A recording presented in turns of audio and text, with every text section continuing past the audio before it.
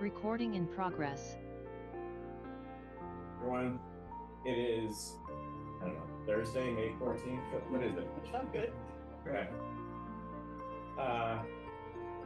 Meeting of Programs and Services. We are joined in the room by Councilor Stephen Farrell, Julie Malachy, Brittany Hume-Charm, myself, Josh Princeman, Chair of the committee, which, for those of you keeping score, does make a quorum. I'll let others know as they get here. We are joined by many dignitaries who will come up at different points in the meeting. So let's get right to it. Also, we're being audio and video recorded, so don't do what I do. First item on the agenda is item 139-26. This is the authorization to appropriate and expend $550,000 from June 30th, 2025 certified free cash for SAN replacement. Greg, are you going to tell us about this? So our storage area network is now going on 6 years old. When we bought it, it was state of the art. The software was state of the art. Unfortunately, the manufacturer has declared it end of life. 2 years ago, it was going strong. The major software package that runs on it, it was designed to use the software package. They sold that division, so they are no longer supporting the platform. Once we lose support of the manufacturer, what happens is we could go for third-party support, which I did look into. It's very expensive, roughly $70,000 annually. But what you lose is the updates, the security updates. Once support ends, now 20 years ago, that wouldn't have been an issue. This day and age, unfortunately, it becomes an issue. So once either a manufacturer or even a software developer ends support of the particular package or the hardware, you're in a bind, just because if everyone has an iPhone, you know how many updates you're getting. We'd be getting updates on this system just as well. We get alerts from the federal government, their cyber division. And again, so the bad news is you don't get updates, but the good news is you don't get that annoying notification, right? If you do something critical. Correct. That you need to, okay. Correct. Sorry, go ahead. Sure. Unfortunately, it is close to due to an update with that age as far as technology goes, but compounding that is the end of support from the manufacturer. Councilor Farrell. Just a point. Could we ask our guests to come to the table? Absolutely. Would you please? Absolutely. Thank you very much. Thank you, Chair. Sorry, I'm sorry. It's not you, it's me. Welcome to the table. Do you have anything else to say? No. I do not. Any other questions? Well, I just will say that, I mean, you made these comments that 2 years ago you were going strong. I feel that way. Just like no one's designated the end of life. I just am so thoroughly impressed with the work that you do. And Thank you. Compliment your entire staff on it. I give all the credit to the staff counselor in my almost 30 years here with the city. I can, from my heart, this is the finest staff the city has ever had in the IT department. Well, they're incredibly supportive and responsive to inquiries from a relative Neanderthal about computers and stuff. So I just want to say that. Thank you very much, and I'm all in favor of doing this. Okay, I'll note quickly, we've been joined by Councilor Martha Bixby. Is 550,000 an estimate? I didn't see any bid documents. I didn't see any. Not yet. We do have a consultant we use who designed our current system, so I got an estimate on the price. This is a little bit, it's somewhat above the price. And quite frankly, I am nervous about the price because with world events, hardware, software, everything is going up. I have, if this is a little bit more than this, I do have some ideas, but I'm hoping this will be sufficient. We'll know once we go to the procurement process, we'll go do an RFP. We'll do what's best for the city, get the right price, and we'll take it from there. We might have to make some adjustments, but we won't know until we're going out. Once we go for the RFP, procurement is another 3 to 4 months, I'm being told right now for the hardware. So, do most storage area network replacements come through the Strait of Hormuz? They might. Okay. President Oliver. We've been joined by President Oliver as well. Council Maliki. Can I ask the most stupid question? Because Sure. I would love to be Chloe on 24, but with all this is over my head. What is a storage area network for in lay terms? It stores all the data that the city, all the city's data. All our, basically, it's our big hard Yes, drive. our financial systems, both the city and the schools.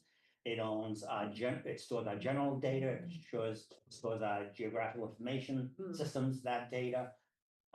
It runs our phone system. There's roughly 53, 56 servers on this system. And it's a physical thing. It is a physical thing, yes, yeah. I like physical things rather than cloud, but. Council Sharm. And how long do we expect this Sorry. one to last or be able to be serviced? Well, we would get a 3-year warranty. Up-to-date version, so I would expect, at least 5 to 6 years. Hmm. Most So we likely, basically but have to look at doing this every 5 or 6 years, it sounds like. you don't know what's gonna happen in the market, you don't know what the manufacturer's going to do. Again, in this case, the manufacturer just decided it's end of life. Mhm. Though we were getting close to it, it's close to 6 years old, Mhm. but you don't know. I can't predict what's gonna happen in 5 years. I would hope the city would be set for the next 5, 6 years. Council Sharm. One of my questions is one that Councilor Malfi just asked about how long we expected this to last, Mhm. given that this one was a 5-year usable life. So assuming that the next one is another 5 to 6 years, as you said.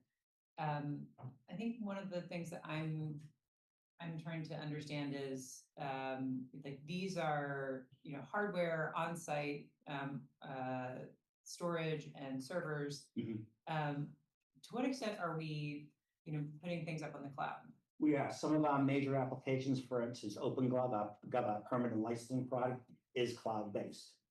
As far as some of the city's data, we have departments store their documents. We're slowly transitioning to a cloud platform. Not everything. I mean, some things will be on-prem.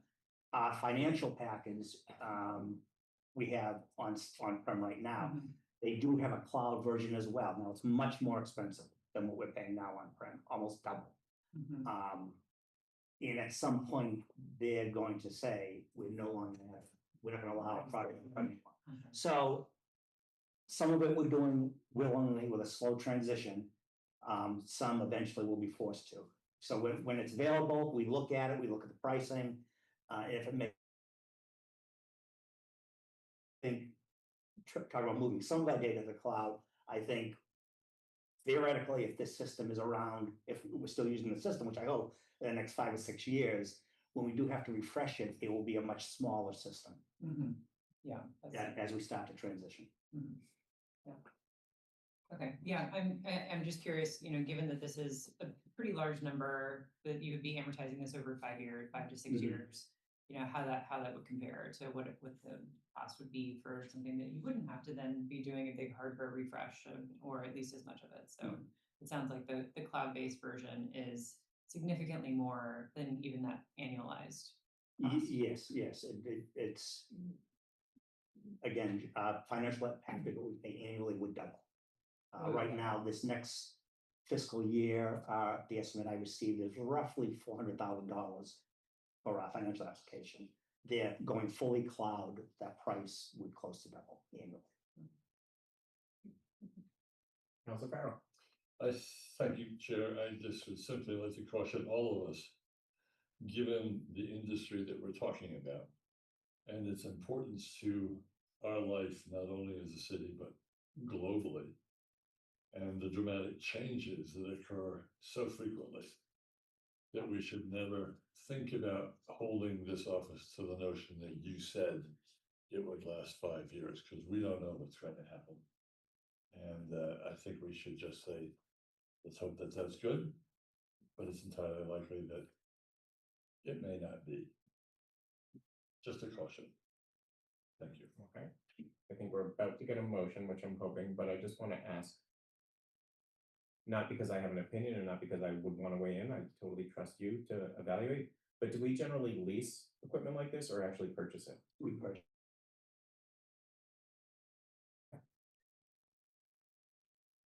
Can I get a motion? Councilor Maliki has moved to 2025 certified free cash for netting. Mr. Welch, would you like to come join us at the table? To come join the table.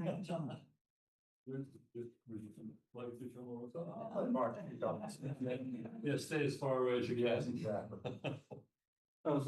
Thank you very much. So the item in front of you is for the purchase and installation of netting around the new artificial turf field at the Albemarle Sports Complex, Russell J. Halloran Complex. It became apparent to us, the backfield is open before the rest of the complex, and to the great amount of use that it's received already, it became apparent to us that there was a problem that we didn't anticipate, or seemingly didn't anticipate, that I'm aware of, that soccer balls, and probably others, but mainly soccer balls, are finding their way onto Craft Street, and not necessarily just dribbling out there at a high rate of speed, where it could be very sudden, first of all, children chasing, and second of all, impacting cars and traffic. Interestingly, the field maybe, I believe it's because the field's orientation is ever so closer to the roadway than it was before, at least a corner of it is. And the field is a scotch high because of the drainage system underneath. So because of the both things, it's lent, and maybe because ball speed on artificial turf is a shade faster than natural grass, the ball is leaving the field more frequently. So, this is why we're here. We think it's definitely a safety matter,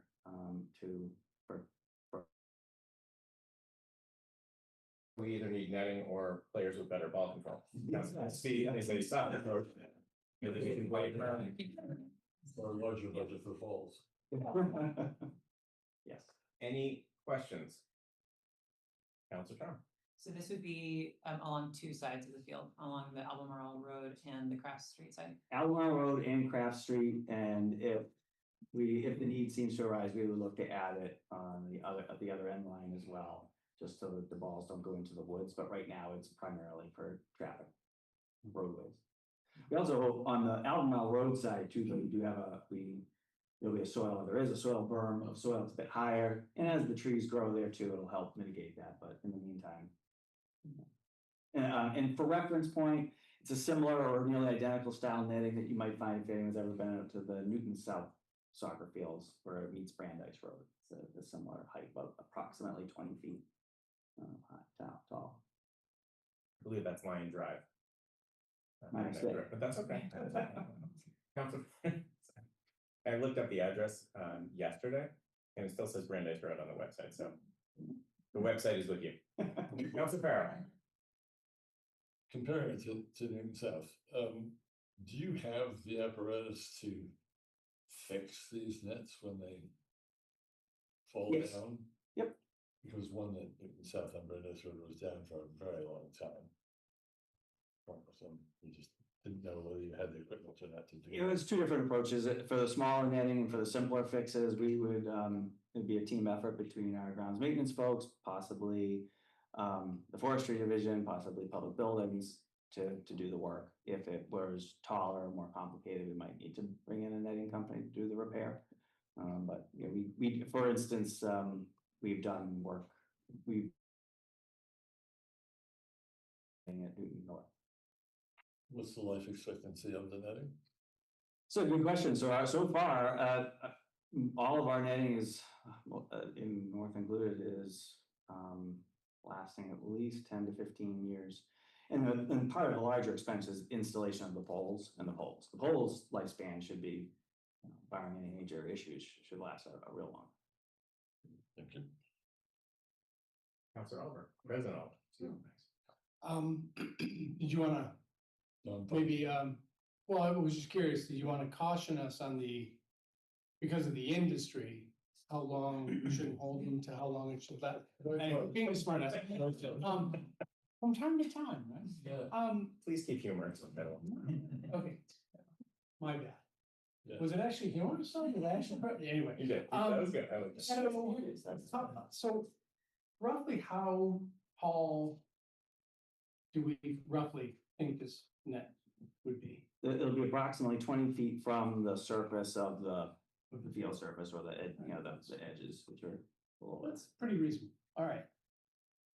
It won't stop every soccer. Maybe I'm ball. gonna It say- will not stop every They walk by there like constantly with the dog, and we've seen a few of the strays come flying, soccer balls, not dogs, flying over, you know.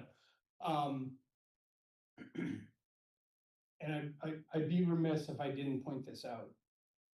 Like, this isn't on anyone here in the room, but I gotta say it.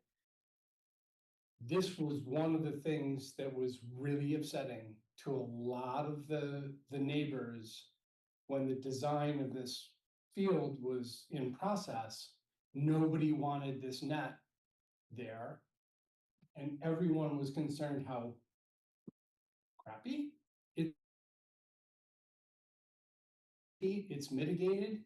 I'm in full support of it for obvious reasons, right? This is a safety challenge. And like Counselor Bixby, I spend 20-ish hours a week, you know, on the pitch, with little guys. So I'm all for it when the time is right. I'm happy to move to approve. President Oliver has moved approval. Any discussion? Just a really quick Councilor question, Bigby. when would we expect it to live? By the, hopefully by the fall. The good news is it's part of a contract we currently have in place. So we're able to just get them to order materials, assume approval and get to order materials and move forward with the project. Councilor Malky? So is this the kind of thing you can get multiple bids on? And is it a truly competitive situation? So we have a current contractor, we solicit bids for every 3 years for our fencing and netting contractor, and this is our current best pricing. Okay, and thinking back to the baseball field at Newton North, where they had to raise the foul ball netting because I think the original stuff was not high enough. The netting that was put up is the same system that's been in place. Yeah, there's been some adjustments to it, but the height is, and the Okay, location is. but so you think this is as tall as you can reasonably expect to need? Yes, for soccer, yes. Okay. Yeah. It's a totally different, yeah. Well, yeah, I think we have to do it for safety reasons for the drivers, particularly not to have been startled by balls coming over, but I would just to point out that somebody who completely opposed the artificial turf field, sounds like we didn't really have this problem.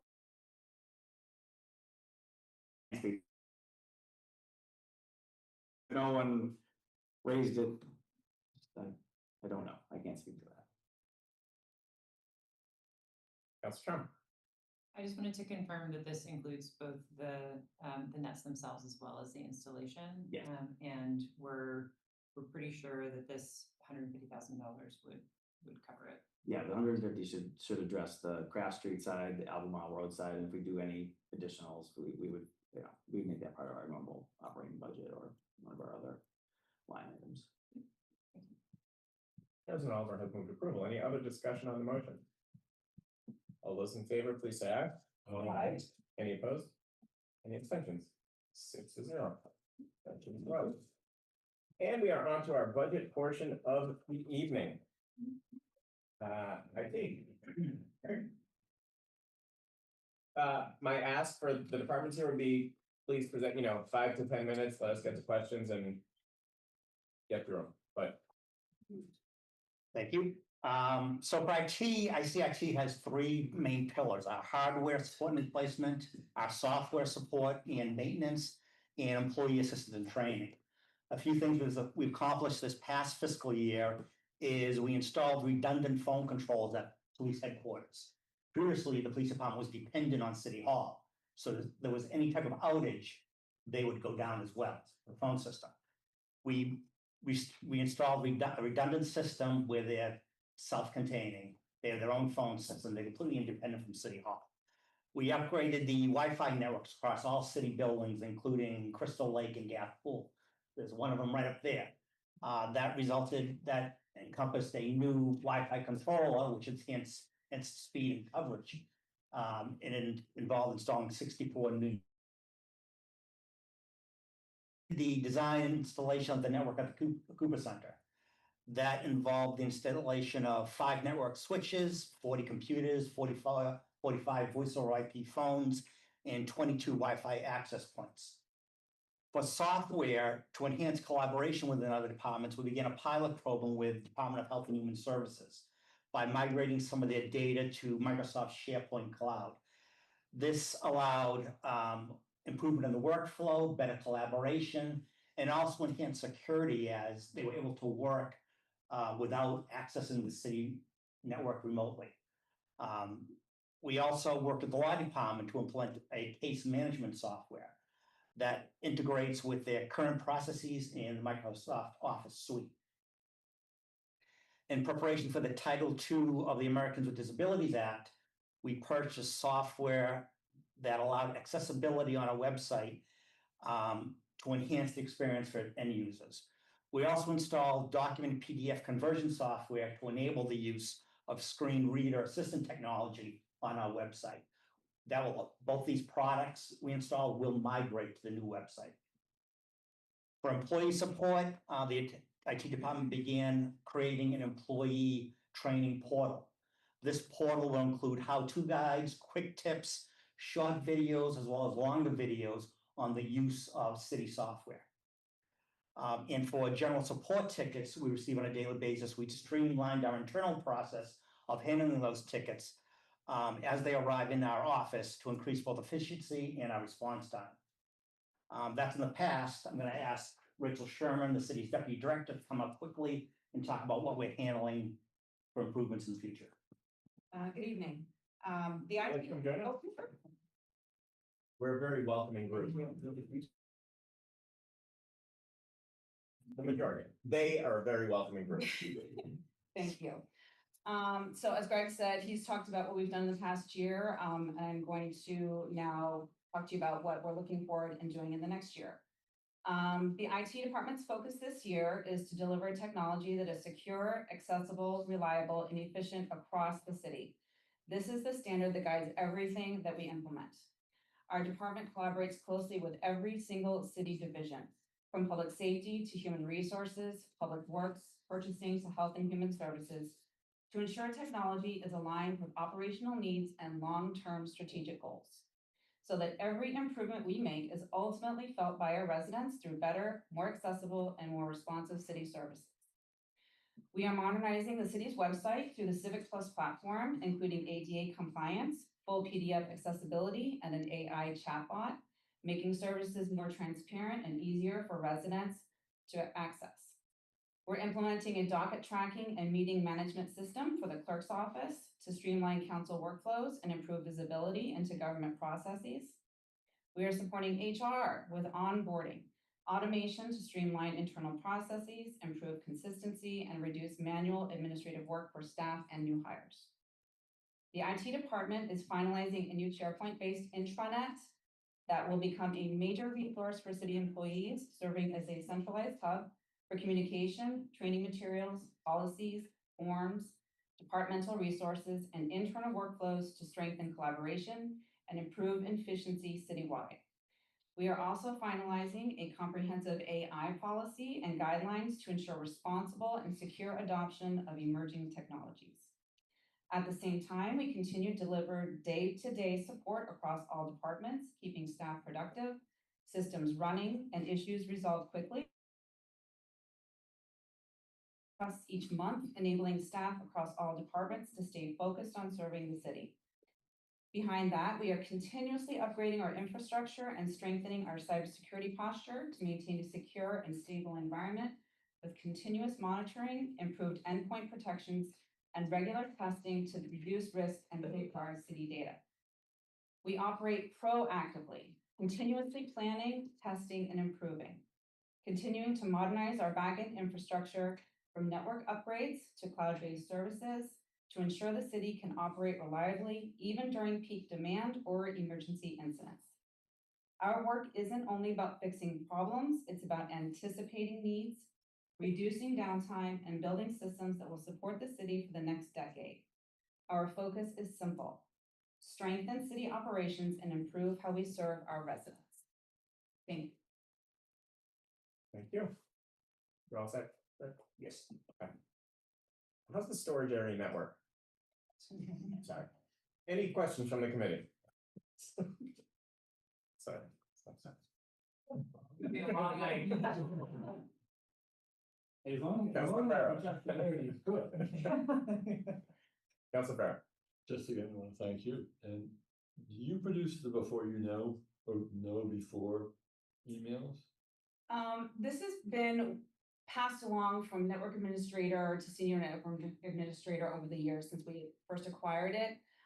It is now being managed by one of the network administrators and our staff, working with the state. It's now through the state program using KnowBe4 to, yes, put out our phishing campaigns. Do we have any idea how many people actually open them and read them? We do. Yes. You do? We know who. Yeah. We know when. I tend to do most of it. Something up. Yes. You know, a trick But one. I'll take this opportunity to say that this is one of the absolute best investments the city ever made. You can see from our reporting that doing fish tests for the city has improved everyone's cybersecurity standpoint. 100%. Thank you. Thank you. Councilor Maliki. I asked this at the city clerk's, budget hearing. When we get the new website, as I recall, we're going to still have access to all the stuff that's on our current website. It's gonna migrate, is that correct? So they're gonna run side by side for a time as we build a new website. Mhm. There will be a cutoff date to be determined. But we will make sure that everything will be brought over. And side by side means if you go to newtonma.gov. That you'll see our it'll be on current. either version or? No, I'm sorry, ma'am. So we're gonna keep our site live right now while we're working on the new one. Mhm. When the new one's ready to go, we will then do a cutoff date where we will shut off the current one and turn on the new one. Okay. Yeah. So it's not like, do you wanna use the old version or do you wanna use the new version? No, I'm sorry. I'm not sure that's a Spoke. good thing. No. And you mentioned about the PDF, so that means PDFs are going to be, they'll show up on a search. Yes, we acquired a new software called Doc Access, which includes a lot of different aspects to it, accessibility, but also it presents PDFs in the HTML format, which enables the search functionality to work much better, which I know was an issue for a long time. It'll be a great improvement. And the docket tracking system, as I understand it, according to Drew Willison, it is going to show voting records. If people want to find find counselors' voting records, because that was a thing that a lot of the public was asking for. Yes, I'm not sure how visible resident access versus behind the scenes access to counselors and the clerk's office. Mhm. That's something that we'll see as we get that project started. Thank you. You're welcome. Council Farrell.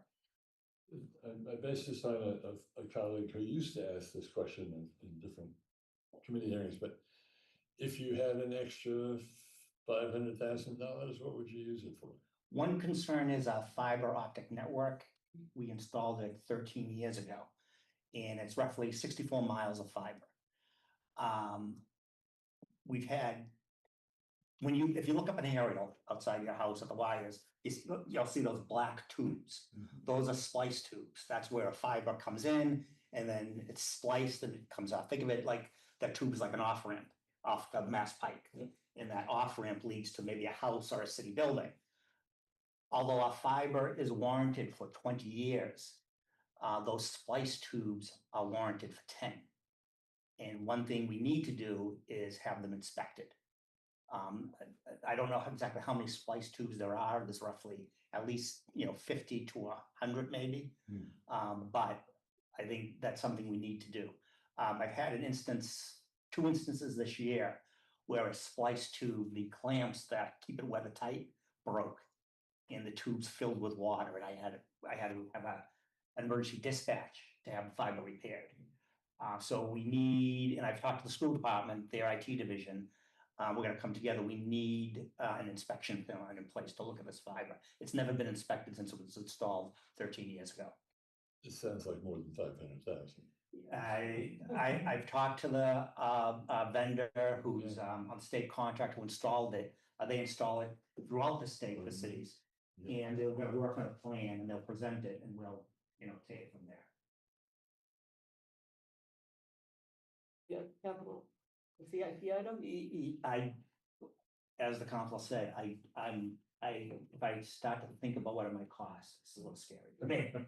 And So, in the instances where they broke and they flooded with water, what happens when that happens? It's a certain section of, or certain yeah, buildings some cut off city buildings, access? if the redundancy isn't in place through an alternate loop of fiber, they lost connection to the network, their network. Mhm. And sometimes it might be an all-day repair, just so I know how much fiber they have to splice. Mhm. One break I had done that I had repaired a few months ago, just an example, was an all-day repair. It cost $16,000. You know, between getting an emergency truck out here, all day to fix the fiber, and then a police detail. So it's And can even be if, expensive. even if you have a redundancy in the loop, you still have to make the repair. Yeah, Because- exactly, Yeah. exactly. Council Farrell, you all set? I think this is fascinating, and how soon do you think this might become a real critical issue? Well, I started looking at it a couple of months ago, as far as talking to a vendor that we need a plan in place. Okay. So I would consider that it's something we need to look at going forward, and at least have direction, whether it's, I don't know if a full inspection, you know, during one fiscal year is feasible, but we need to have some type of path forward, at least a possible inspection, you know, a section of fiber every year or so. So we should all look forward to a request for an increase for this.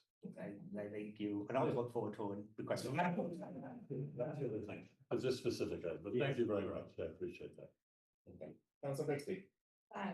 Very briefly.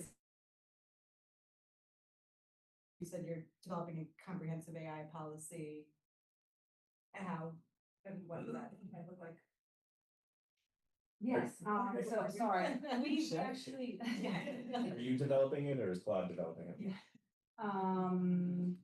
So footnote on that, for sure. We met with the law department and provided them with a lot of data that we already gathered, done a lot of research, looking at what other cities were doing. As well as just, you know, trying to find out as much information as we can. Everybody's figuring this out at the same time, right? But we did talk to the law department. They are working on a policy with our help and sort of data that we are providing. So they are working.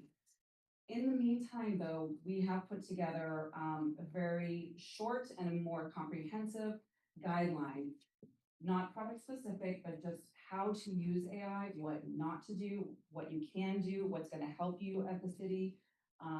So that's what we've got so far. Yes. You all set? Yeah. Council Charm? Okay, first of all, thank you so much for coming, and I will build on the AI question. So I'm really glad that we're building an AI policy, but I didn't see anything in the budget. So are we gonna be, is it in here, or are we gonna be rolling out new tools? When will that be? Will that be in another fiscal year? And we're kind of saying this is publicly available AI tools, but we're not yet rolling out any sort of enterprise option. Can you elaborate on? Sure, absolutely. So no, the definitive answer is we are not planning right now to roll anything out. We are in discussions about that, but there are no plans to do so right now. Microsoft has a product called Copilot that's included in their operating systems, and most a Copilot within the Office application itself. We have locked down the capabilities of that at the enterprise level, 365, Office 365, where they are unable to put in any work data. So you can't drag a document from our network into Copilot and it will not go out to the internet. You just can't. The other caveat is that if anybody's just doing searches in Copilot, the data is limited from, I think, a year ago, maybe, so it's not even up to date. This is part of the comprehensive knowledge that we need to send out to people because they're already using it. So we're playing catch up just like everybody else is. We really need to get this information out there. We have put together sort of side-by-side comparison, doing research and trying to identify different products, you know, whether it's ChatGPT, using Copilot on a more upscale level. They have upgraded licensing for Copilot. and of course Claude. They are extremely expensive. And the part where it gets really expensive is if you're gonna go this route, you need to entertain the idea of security with it.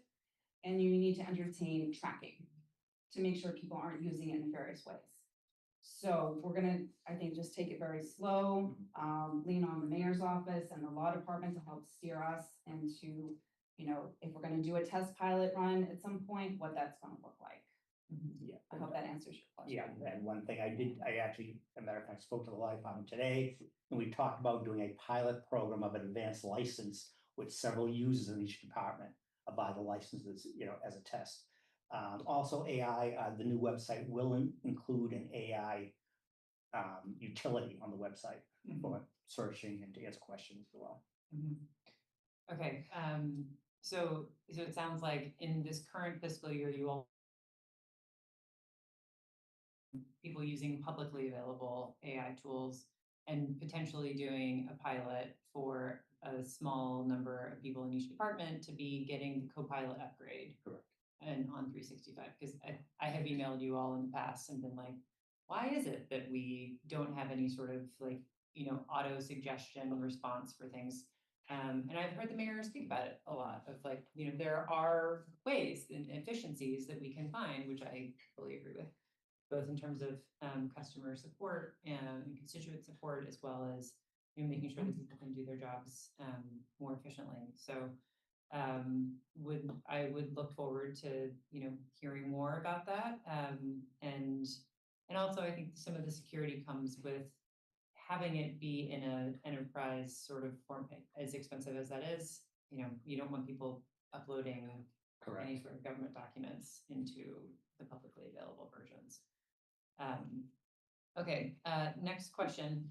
On the website, I only see a $2,000 increase in the website line item. Am I missing something? Is that only for the annual That's license? correct, that's the annual licensing. Is there a fee that we're paying for the actual design and rollout of the new website? That included the fee and, well, yes. The website we're going with the annual licensing is less than what we're paying now for our current website. So the excess in that balance is for the utility tools, for the accessibility, Accessibility, as well as doc access. So that includes the two utilities that will. Sense. Okay, so it sounds like they're basically saying, if you switch to us as the new company, then we're not gonna charge you an upfront fee for, you know, helping to design it and put it in place, and sort of that, you know, I would imagine normally like a consultant sort of fee for that piece of. Yes, they did charge a small fee, and that was paid for with this fiscal year's funds. I also, sorry to interject, but did provide discounts because we were also purchasing a few other utilities from them. So we did save some money in that one. Okay, great. Glad that we're gonna have more functionality with a lower monthly bill. Excellent. And then last question was, you mentioned that we're gonna be adopting SharePoint for what sounds like the first time.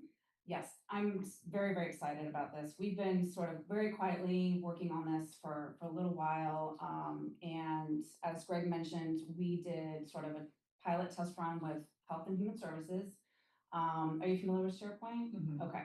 So we created a site for them. We started creating a really fantastic place, a dashboard basically where they have links what they work on every day, a document library where they have all of their documents, not all of them. We started just very slowly moving them up. We created list libraries. So we started this in IT as well. We have an order management list. If you think of it like an Excel spreadsheet, but it's for them to track their orders, the vendors, quantity, how much, did it come in, who is it going to, etc. Calendar items to keep track of, not in Outlook, but separately, just who's in what days, etc. The last really great thing we've now, I want to say, done a fantastic job with is creating Power Automate workflows for the health department. For example, if one of the staff members want they have many, many different forms that they fill out for maybe extended education. They fill out the form, which is a Microsoft form. It then knows to send it to their supervisor. The supervisor gets an email saying so-and-so has applied for getting extended education. Do you approve or disapprove? Shows all the information in the email. They click approve. The email then kicks to the department head, who then can approve or disapprove. If they approve, it then kicks to the office manager, who documents it, sends it in. So we're really, really excited about this. It's been through the pilot program very, very well successfully. I think it's going to provide an immense amount of efficiency through a lot of departments, establishing workflows for forms that people fill out all the time. Keeping in mind that this is not a solution for everything. Our financial package Munis provides lots of workflow processes in itself. So yeah, we're really excited about the intranet. We've developed, in addition to that, a city directory on it. So you can locate anyone in the city with all their relevant information. So What were we using before SharePoint? we had a somewhat antiquated intranet. It really wasn't being utilized, to be perfectly honest. I think it People was all had their local files. Correct. Okay, And as improvement. President mentioned, also just to reiterate that using SharePoint, if you're home working, you simply need to go to a website. You have your multi-factor authentication, the security's there. You don't have to establish that VPN. So, and it's much more secure that way. Great. I have one last question, which is, I noticed that there's a 15% increase on our Office software. Is that related to the upgrade of the 365 licenses, to having additional capabilities? Otherwise, what's the cause for that? That's two things. One, it's additional users as they come on board. And two is when we purchased our licensing 3 years ago, we were a certain price with discounts. This coming spring, when we renew, we are no longer locked in. So I got a pro forma, an estimate of the current cost will be this coming spring, and that is a result of the increase. For the same tier that we have. Correct, same tier. Okay. Okay, thank you. That's it for me. President Oliver. Great, thank you, Chair. Just a couple of quick follow-ups. Where to start? I started SharePoint, if that's all right. Workflow in SharePoint and the work that you guys have done there. Is that gonna help some of the new gov work that's being studied right now in terms of permitting? This is unrelated. But will the work that's being done in SharePoint at all? Will it help the permitting process, either commercial or residential? When we look at each specific place at specific issue, as we roll this into each department, we'll look at every improvement we can make. They are learning lessons all the time from each new thing they do. They learn lessons and they take those lessons and they translate them anywhere that they can. Yeah, so close to a yes, I'm gonna take it as a that's a win. Awesome. Lots of questions around AI, none of them have anything to do with the budget, so I'll skip it for now. So I think otherwise, like, my only other question had to do with website. And I'm curious if the one-time costs or the first year out with the new site or the relaunch or redesign, whatever we're gonna call it. If that's effectively a little bit less than we were paying before. Fiscal years, is it the same roughly? Generally, in the contract, I believe it's a 5% uplift annual. So it's it's like 5% increase. Sure. Okay, that's modest. Okay, that's all I had. Thanks, Chair. One quick Councilor question. Malky.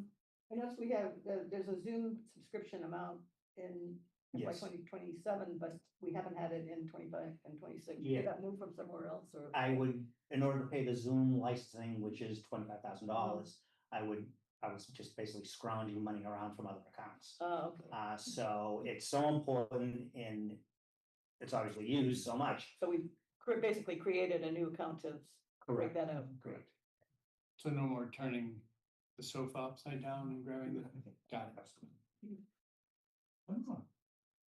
Could I just inquire, the expenses that went up $230,000? What was that? You know, from last year, on the legal level of control in, the IT summary 52 expenses.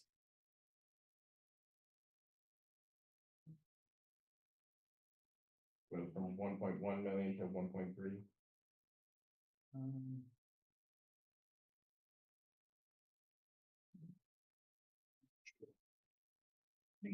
That's the sum of all the different sub-budget expenses.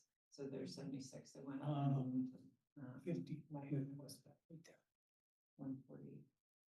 And there's a 231 increase.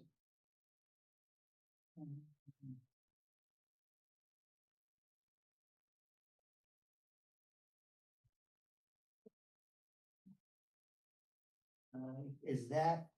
Just look at my sheet.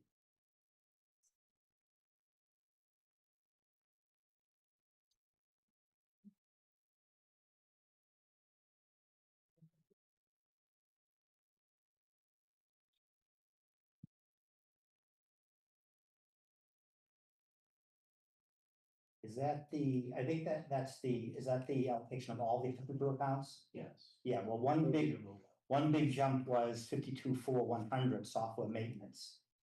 That did have an increase of $70,000.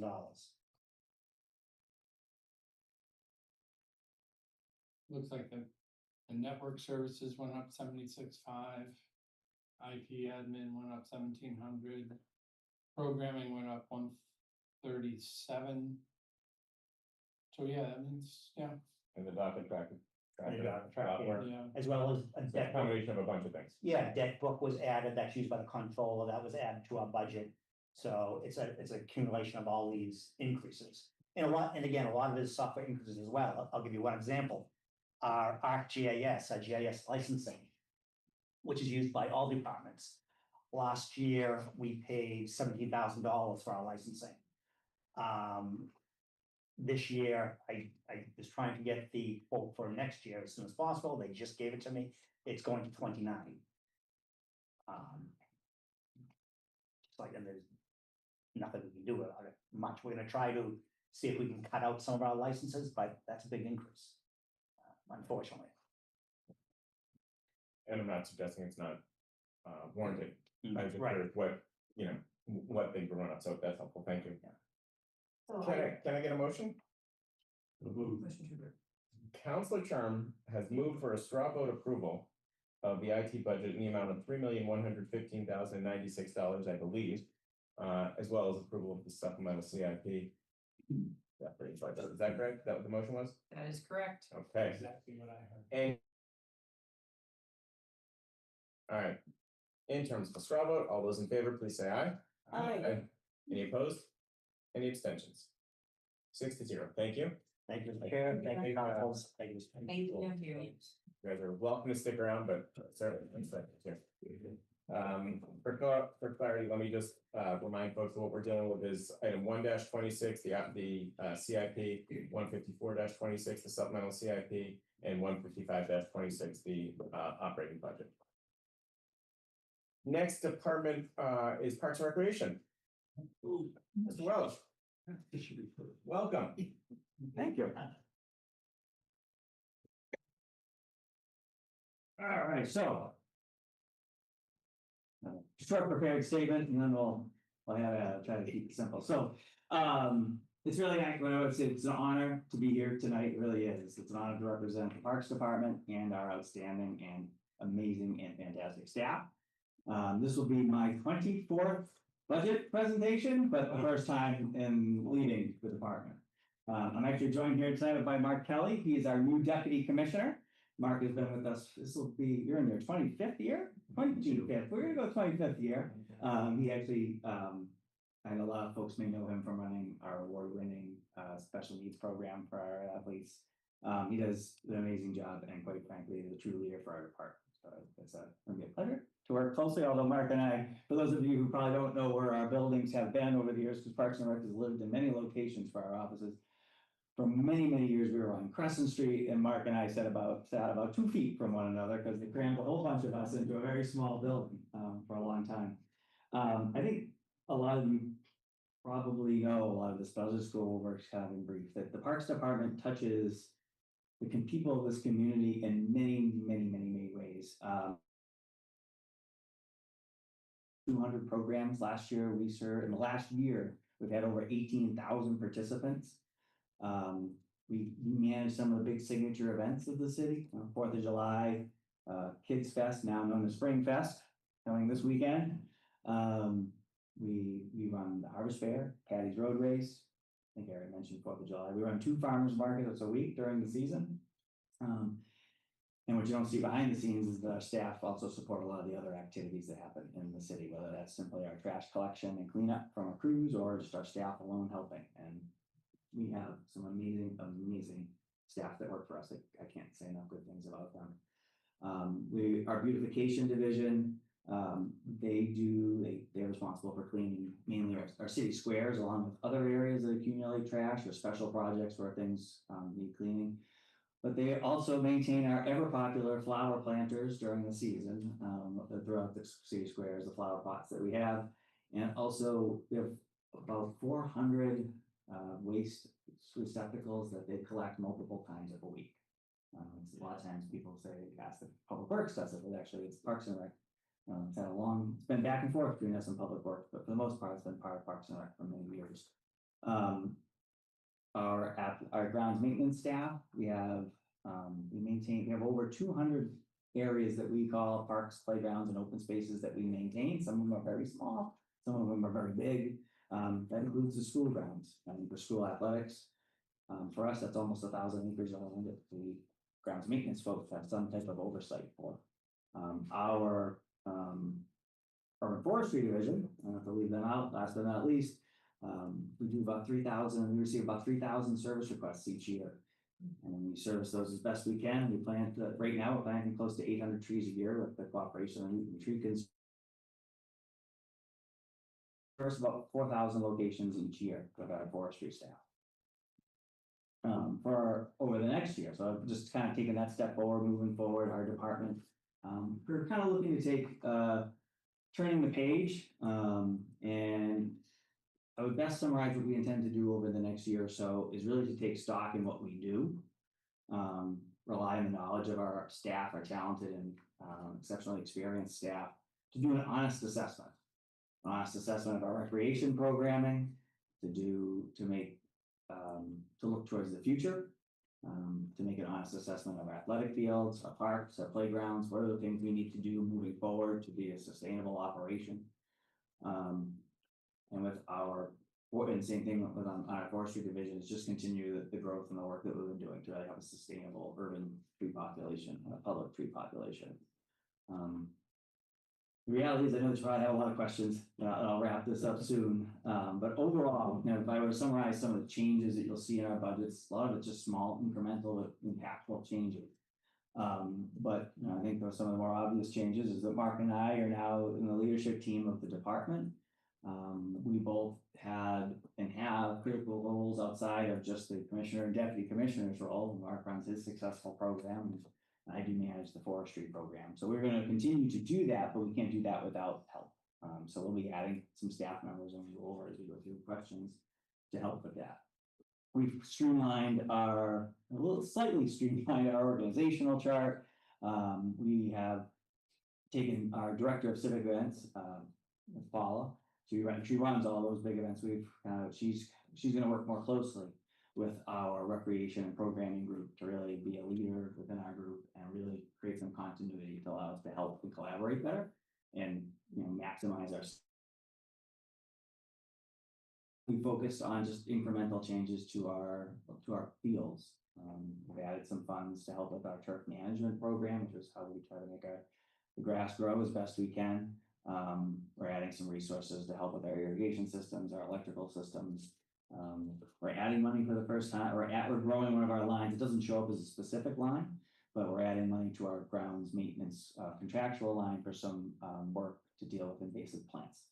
And that's why we've received a lot of feedback about what can we do to do better. This is just the beginning, it's just a small portion of what, but we want to start the process, something similar to what the conservation folks do on their land, maybe not quite as big at this point. Yeah, I think I've hit just about everything. I'm happy to answer questions and go over things in more detail. I'm excited to hear your feedback. Did someone want to make a motion or are there any questions? President Oliver? Can I make a motion? First, excited to see you in that particular chair. Okay. Congratulations. Yeah. That goes for you too, other Mark. Most of the counts. Jocularities all around. So if you could, bear with me on this. Sure, just one second. absolutely. I'm just looking at the org chart for a Yeah. second. Mhm. Two quick questions here. Yeah. I'm looking at 5 vacancies right now, that roughly accurate? It's roughly accurate, although 3 of those positions we're adding within the budget. So they're new positions that will be, Correct. right, Yes. and then 2 of them are currently open and you're looking Correct. at fill them right now. Yes. So total of 5 in FY Yes. 27. Got you. Thank you. HMEO means? Heavy motor equipment operator.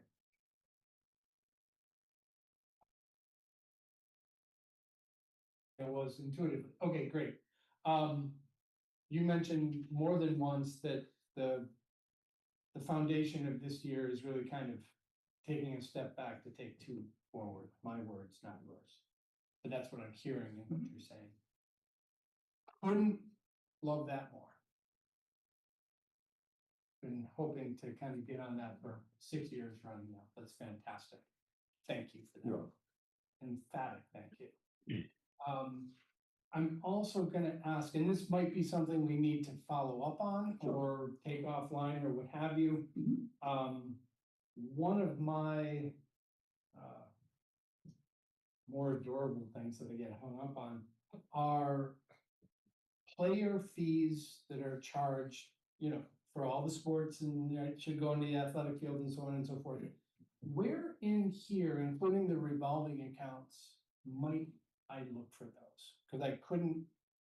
I didn't find my- And if it's a Pega, let's. I'm happy to go in depth at any point you want, but if you, there's a section of your budget books Yes, this one, that have revolving. yeah. And although I don't know that this is gonna fully address how it fully address it, but If you could just point to like where they flow into, I can. yeah, it's the, Cause I see camp program. no, revolving. well, on the very beginning pages, it would land under, field maintenance gifts. On the very, I'm sorry, on my first, the page that like this kind of summarizes, it's under field maintenance gifts. However, more specifically, it lands on.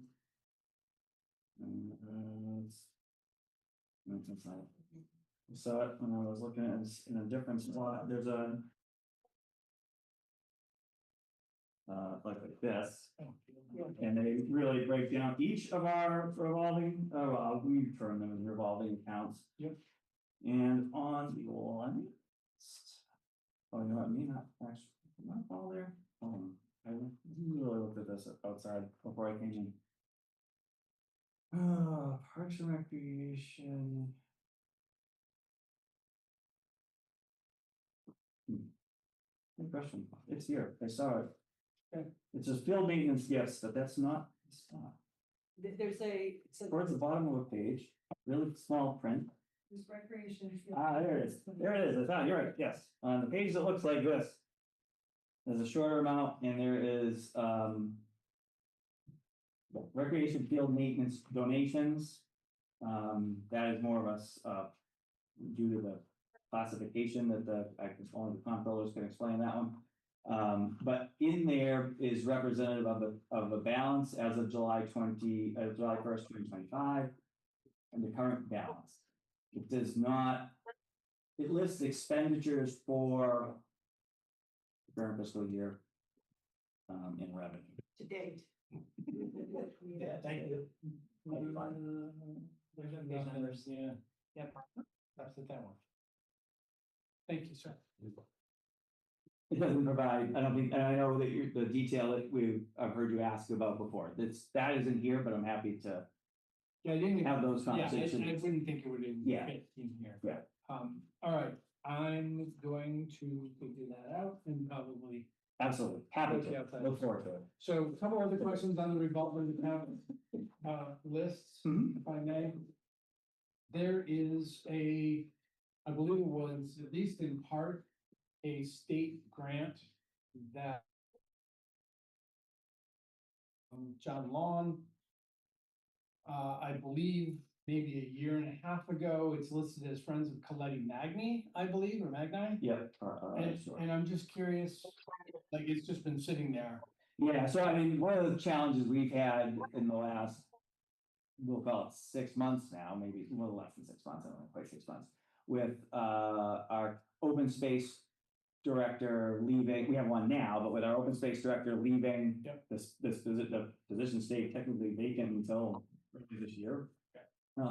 It was a bandwidth, and I think they cut back on some of us, like we had the big projects going on like Alamo, we cut back. Right. We started talking, Jeff and I started talking about this today, I reached out to Patty to talk about what he had, what some of, so we'll start the conversation of what, So maybe in F 2027, that'll. yes, maybe yes, get- yes, it's, I think some of these are people fencing, general stuff, Yeah. and that, Because there were, I remember at one point there was a design for it. I'm just kind of curious. yes, so, yeah. Okay, thank you for that. And we talked about player fees, so I think it's good there. I think there's another question I've got in here, but I'll kind of pass the torch. All right, Thank I'll you. come back to you, Council Farrell. Where do we start? One question that is. In the tree maintenance.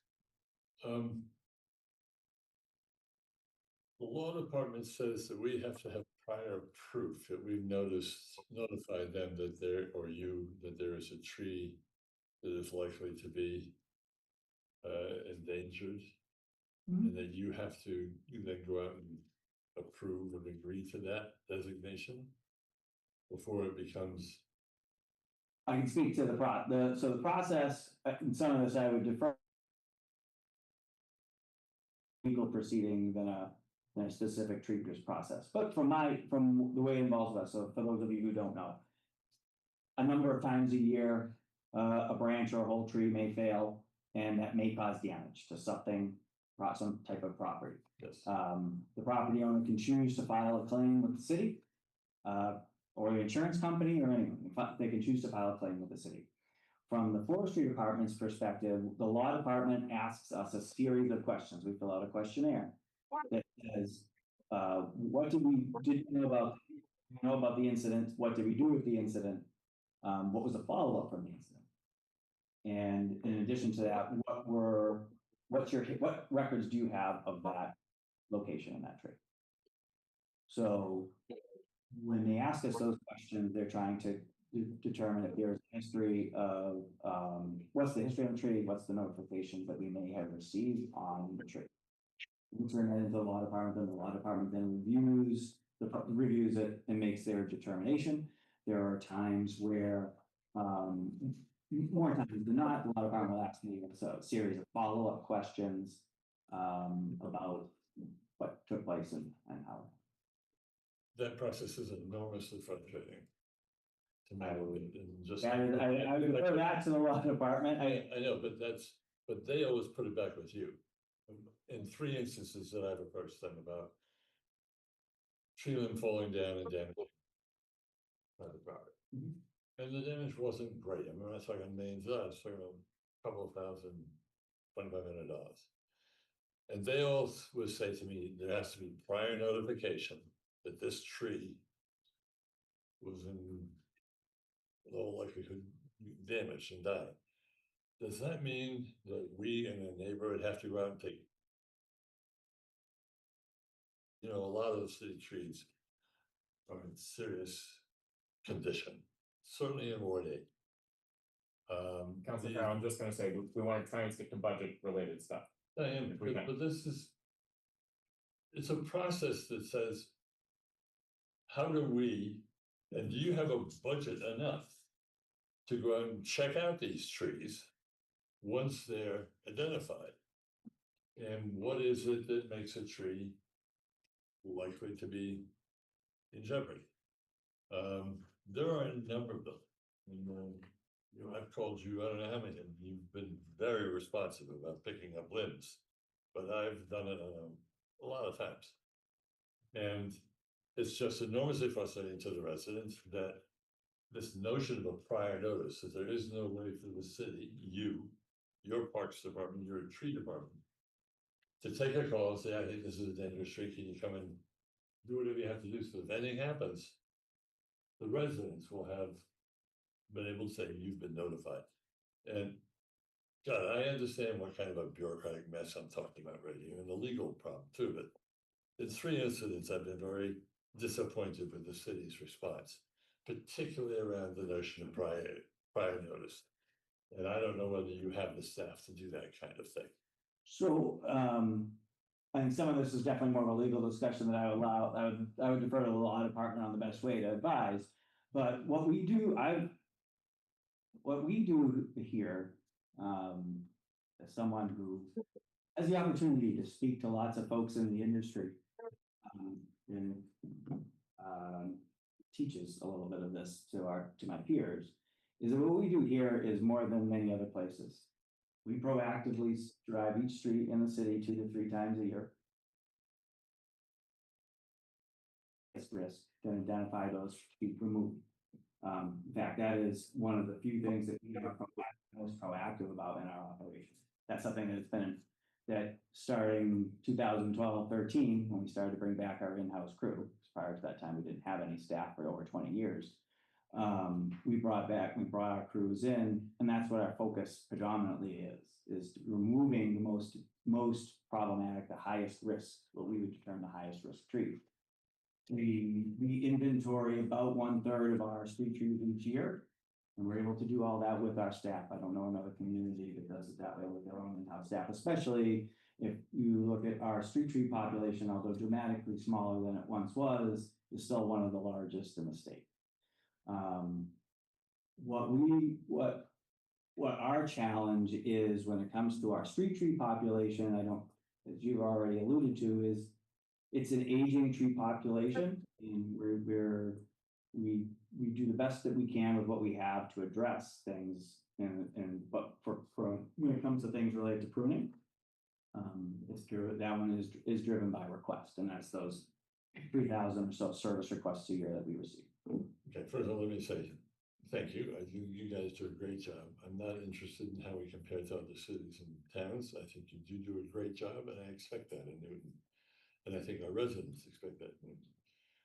But if it weren't for the fact that there are these 3 instances, and I look at other trees and say, what can I do to tell you or ask you to come and look at this tree and identify whether it's in jeopardy? So like I said, the resident, you should be aware that this is a possibility. The simplest way is that there's 2 ways, but it really goes to the same place. Use the city's 311 system. That's where all our requests go through. But if you don't want to use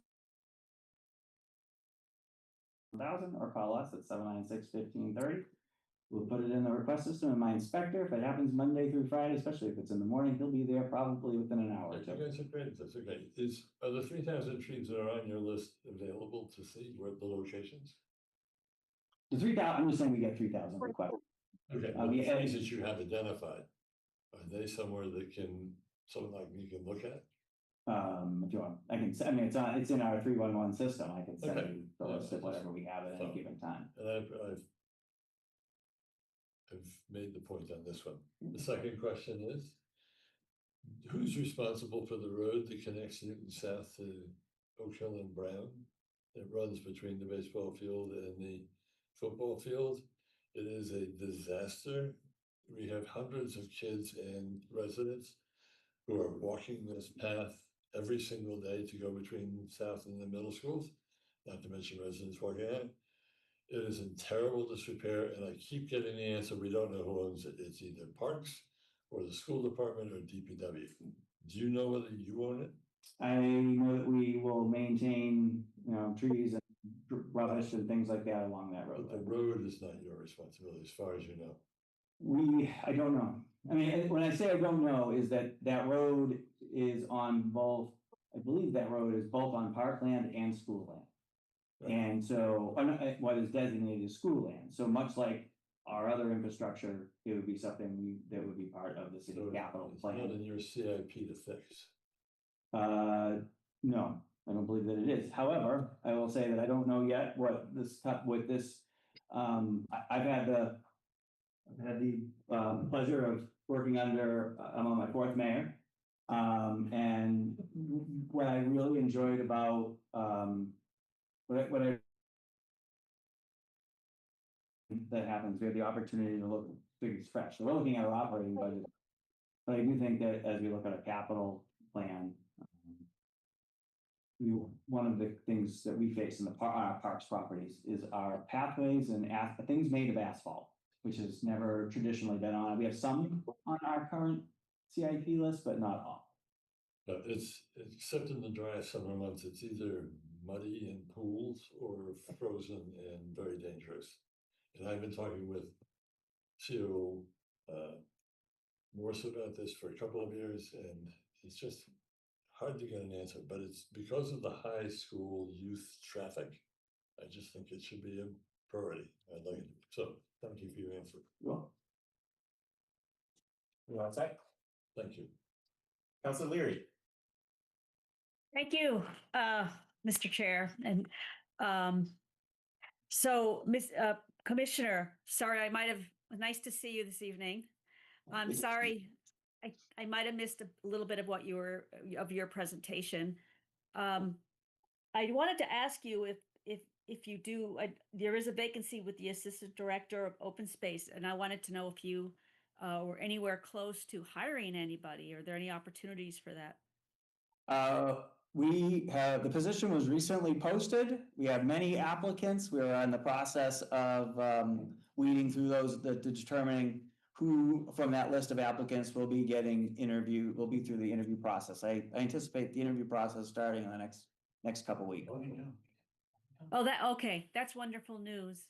I also heard you talking a little bit about invasive removal. And I've been at both of our bigger parks, Cold Spring and particularly Nahanton Park, and I did a bird walk there recently. And in particular, Nahanton is just a sea of invasive species. And I know that you're limited with your capacity, but I wanted to see if there was some coordination going on with the Newton Conservators and friends groups and volunteers to work with that park. We did have a meeting which Aaron did attend about a year ago now at Nahanton Park. And I know you're Parks and Recreation, and it really is focused on our recreational opportunities, but many of the parks also cross over into passive space, to wildlife spaces. And I would really like to see the quality of our parks in that regard improve. And I know it's going to take people outside Parks and Rec to work with you on doing that. And that's something I'm very interested in facilitating and participating in. I was going to, I know Catherine from the president of the Newton Conservators has been interested in doing invasive pulls for garlic mustard. That was spoken about actually at the bird walk. I also, the field at Nahanton Park, there was quite a few years ago now, an Audubon survey that made recommendations for the park, and including keeping that as wildlife habitat and a wildlife meadow. Yet we've been mowing it. And I think that it's at odds with that being one of the few larger meadows in the city that isn't an athletic field, that we would prioritize that for open space and for bird life and things like that. Are there any plans to do more on that, working with maybe Jennifer Steele and the Friends groups to work on those issues that I just outlined? Yes, so as for the invasives, this is why we've added some money into or we're requesting to add money into our operating budget for this year to be able to begin that type of work. And there is, without a doubt, we would want to maximize and work as closely as we can with folks in Newton Conservators and other volunteer groups. I was out, I visited with Catherine Howard while she was doing invasive polls on Newton Serves Day out at Nehanton Park. So we won't do it without working, speaking with them and trying to identify what we can do with what we have. And then as far as, when you speak of the meadow at Nehanton Park, are we talking near the community gardens, the slope that's there? Yeah, the meadow in between the two gardens, right at the big parking lot off Winchester Street. Yeah, I wasn't sure about the athletic field. Yeah, so I'll follow up, but I'll check with that. I thought the process was to mow it twice a year, but maybe I'm mistaken. No, this is different. You need to mow it at the end of the year. That's true, but it's left to grow. But the last several years, we've been mowing paths through it. And we never used to do that. In fact, we used to be planted for wildflowers. Now it's just mowed like it's more space. It's, more spaces for people to cut through, more space for dogs to cut through. And it could be a really high quality, one of the only wildlife meadows that we would have in the whole city. And I don't know why they started mowing it. I asked several times. I never got a good answer. Oh, the contractor decided to do that. What is the reason for mowing? I think it's to have paths so people can walk through it. But I don't think that's what we should be setting that meadow aside for when there's so many spaces and paths for people to walk through. When are we going to prioritize some of the high quality wildlife habitat that we need as not only part of climate change mitigation, but also for, quality of life for people who like to bird watch, who like to enjoy wildlife, who like to see wildflowers? That should be part of it. These parks are multi-use, and I think that's one of the uses that I would like to see more prioritized. And I'd like to get an answer whether. Yeah, so I will follow up and find out what we've been doing and see what the rationale was behind it, and if that's assuming that there isn't anything significant, we could certainly look at changing that. I'll need to first understand why we were doing it and what changed, and then I'm happy to let you know. Okay, I appreciate that. I just will say I've heard that before, so but I trust that you will get back to me. All right, thank you. So thank you very much for all your hard work, Commissioner. I really appreciate it. You're welcome. Thank you. Yep. All right, thank you, Councilor Malky. Okay, thanks. Of course, gotta say, I am glad to see you in this position too, after knowing you for decades. So I'm gonna just kind of jump around here and be working backwards in the book. The FY26 expended from the Tree Ordinance Revolving Fund, that's a pretty big number. Was that an equipment purchase? Yes, Yeah, that was, what did we get for that? predominantly. 648,000. That money was for 3 chip truck, small cab over chip trucks. You might have seen them on planting, right? 3 chip. Trucks, 3 cab over trucks that we use for watering as well. And a small bucket truck.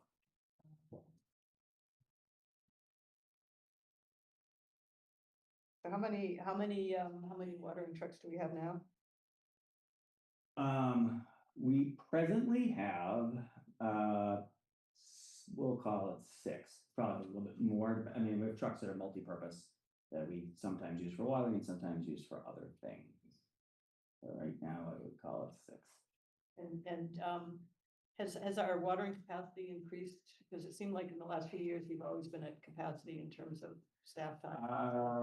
Our watering capacity is, if we can ever get 100% full of staff. Yeah. All the time, our watering capacity has grown just a little bit. Yeah. How many, so like, given that you're trying to water trees for 2 years or maybe a third year if you really need it, how many trees can you water in a season?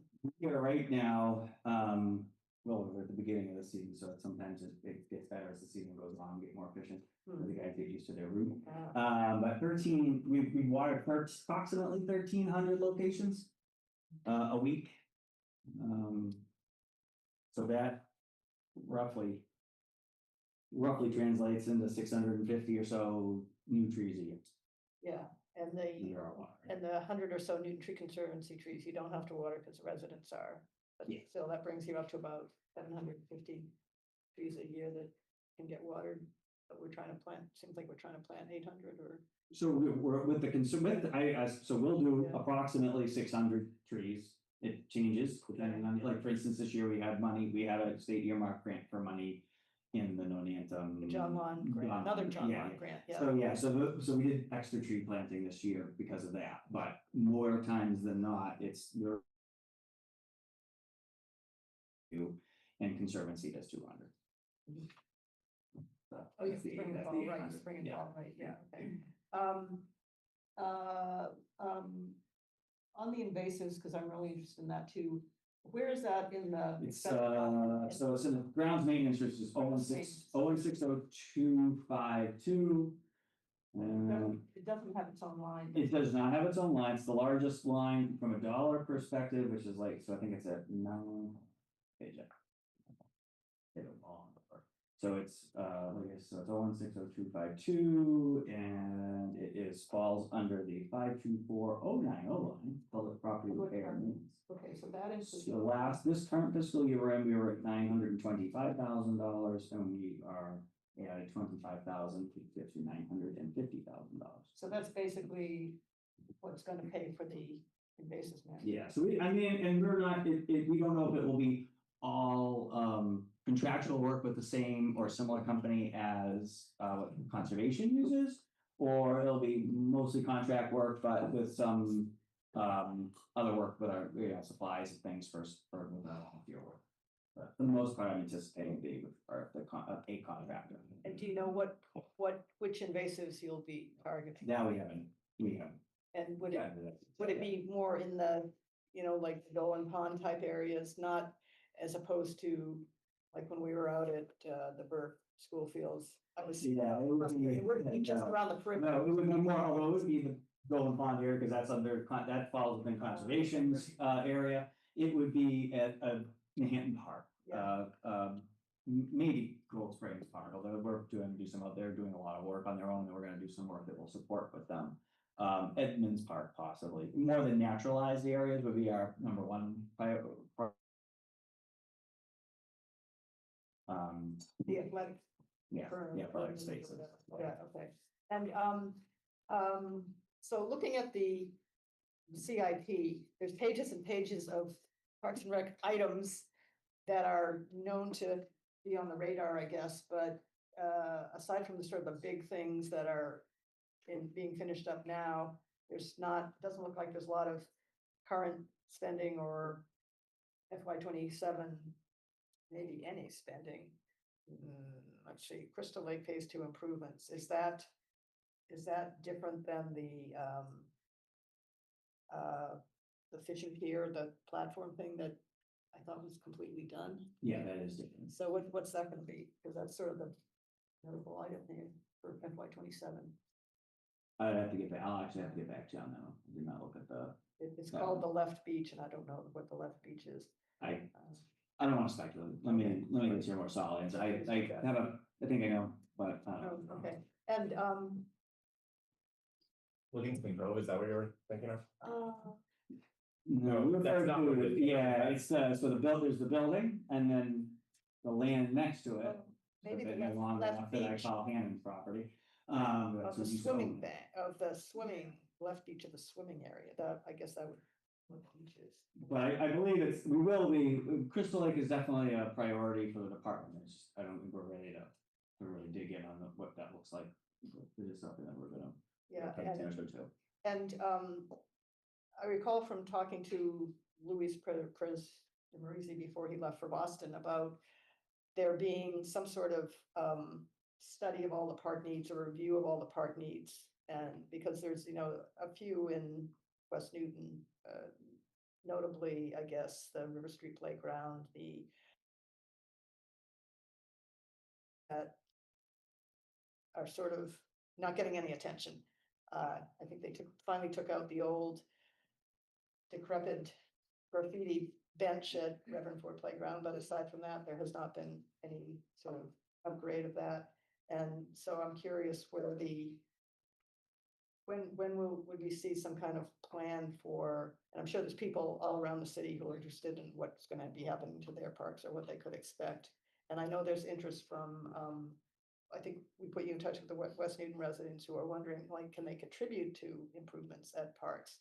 And there's probably other people, parts of the city would like to do that too. So what is the state of the sort of the study or review of parks? So that's part of what we intend to do over this year, is really take a hard Yeah. look, but it'll start.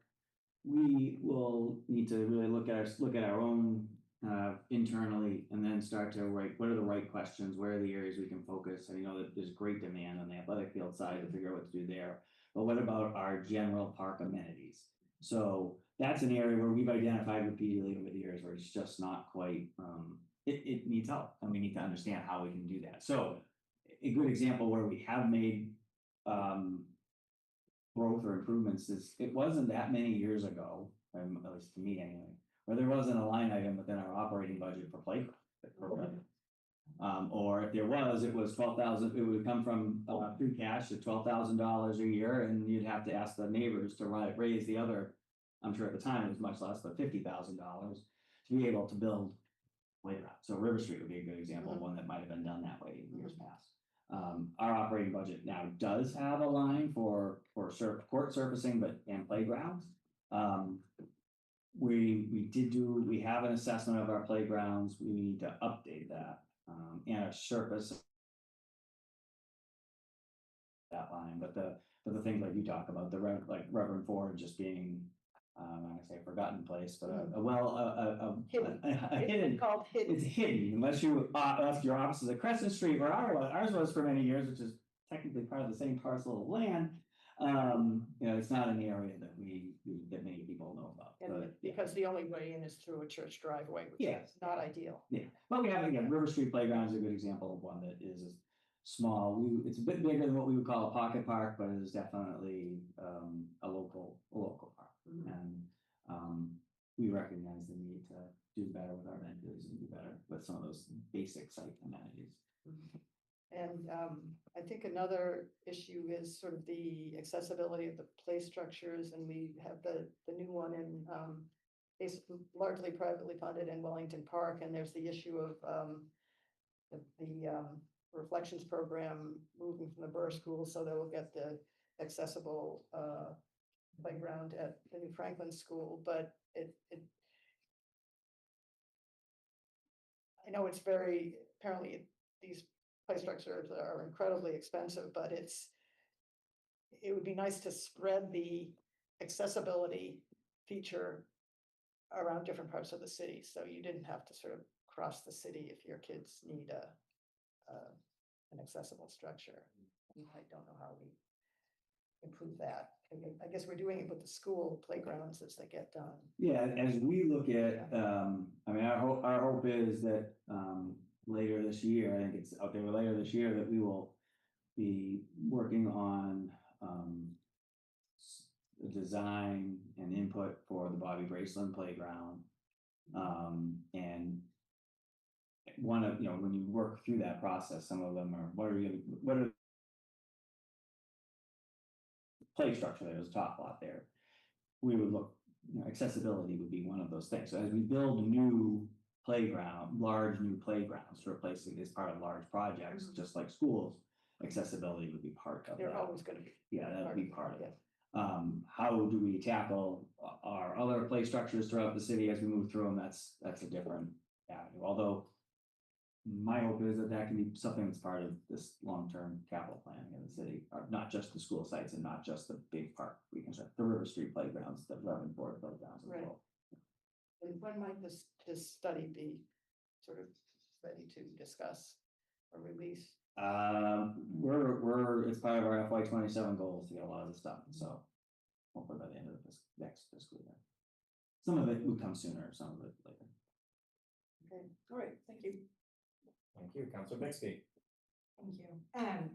So I guess I'll just start off building off Counselor Malaki's point about accessibility of playgrounds, and start with my sort of plugs of the things I love to see from your area of work, which are both big kid playgrounds.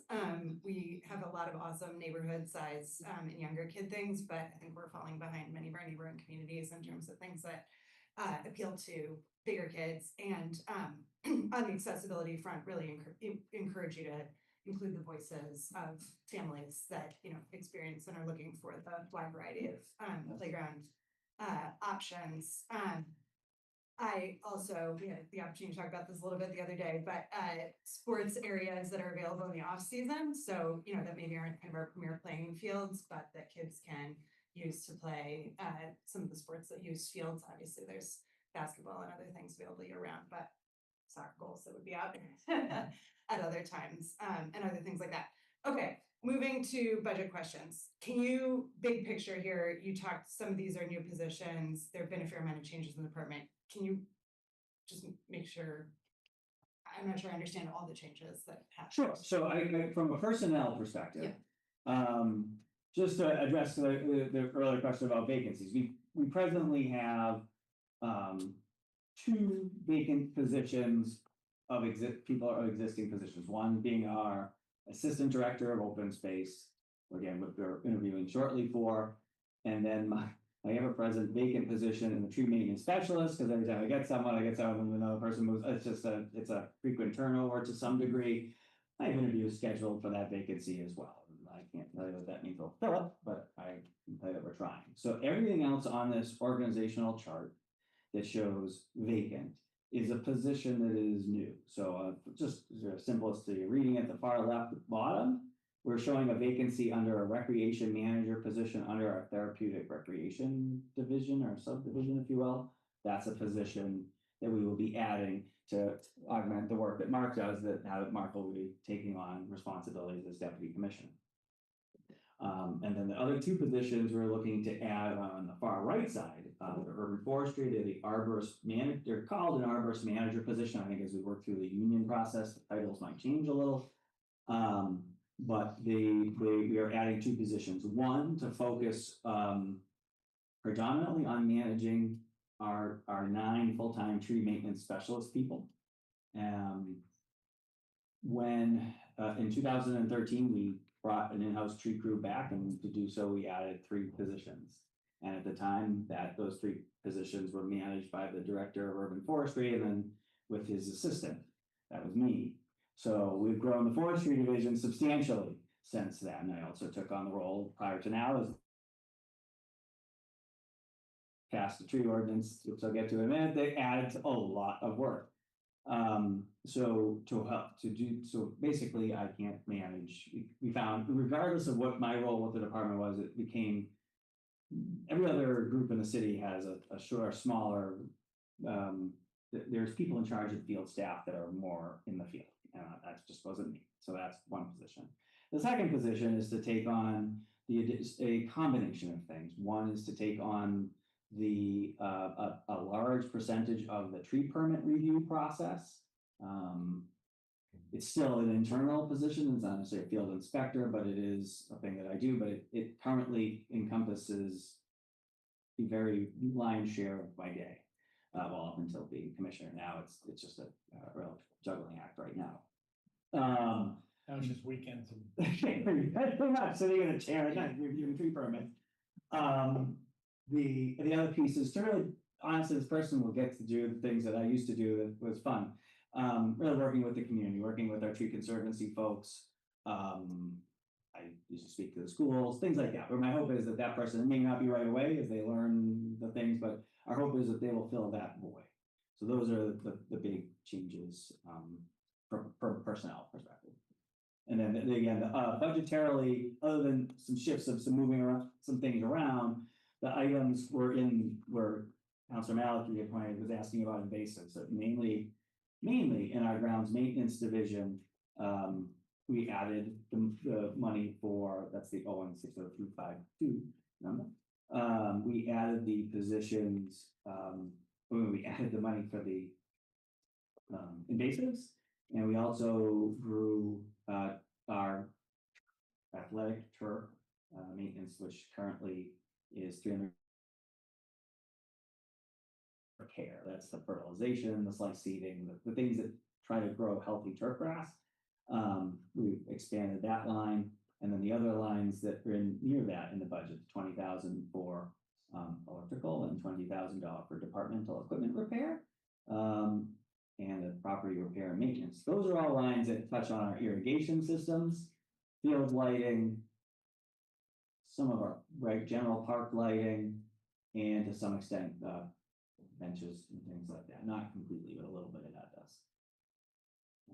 Those are I would say the big. Most other changes within the budget are small increments to keep pace. The one thing that if you are just thumbing through the budget and don't know what you're looking, like you're just surprised by it, I would point out also is that and you'll learn much more later in the evening. But we did have a cultural division within our department, and we have the Paula's position into our recreation side.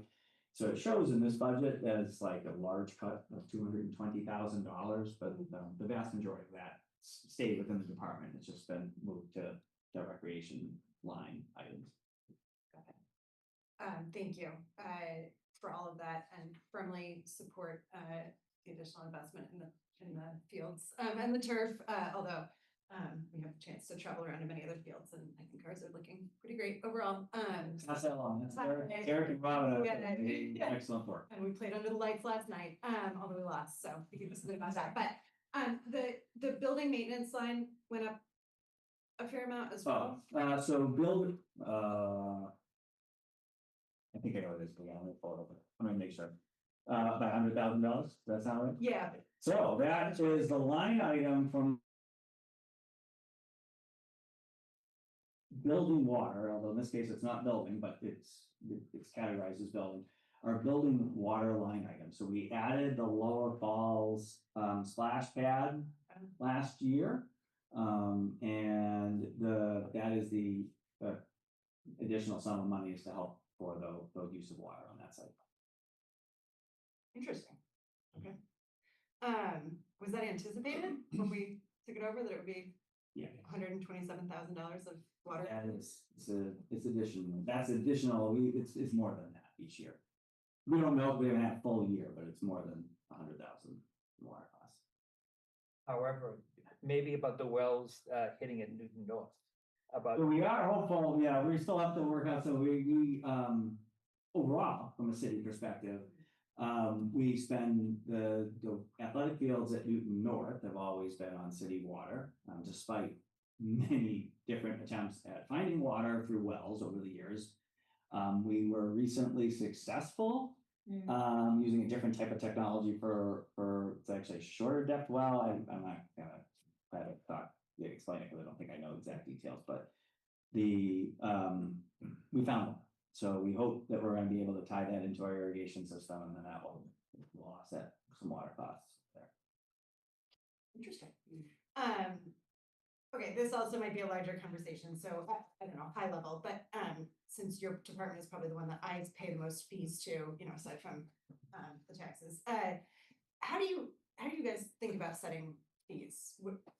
Where does it, what is it? The cost of running the program? Is it? Yes. So if the fees you're asking about, if it's any of our whether it's summer camps, tennis program, pickleball, anything that's a recreation program, and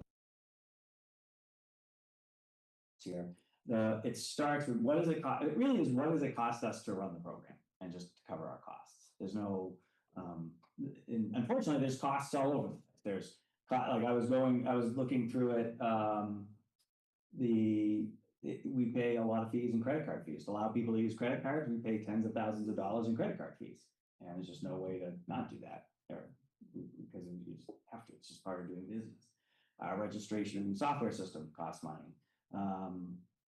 All the things that add up. So we set down for any of our programs. It's really what does it cost to run the program, and that's what it's there for, is to cover our costs for the program. And do most of these programs then cover their costs? They do, most do, every once in a while, maybe they don't, and if we're starting a new program, it takes a little time for them to take off. But that's part of, so one of the things that I just wanna just sing the praises of Mark here and, Linda, our director of recreation, is I alluded to this idea that we wanna have call it a master plan, feels like a wrong term, but for our recreation program.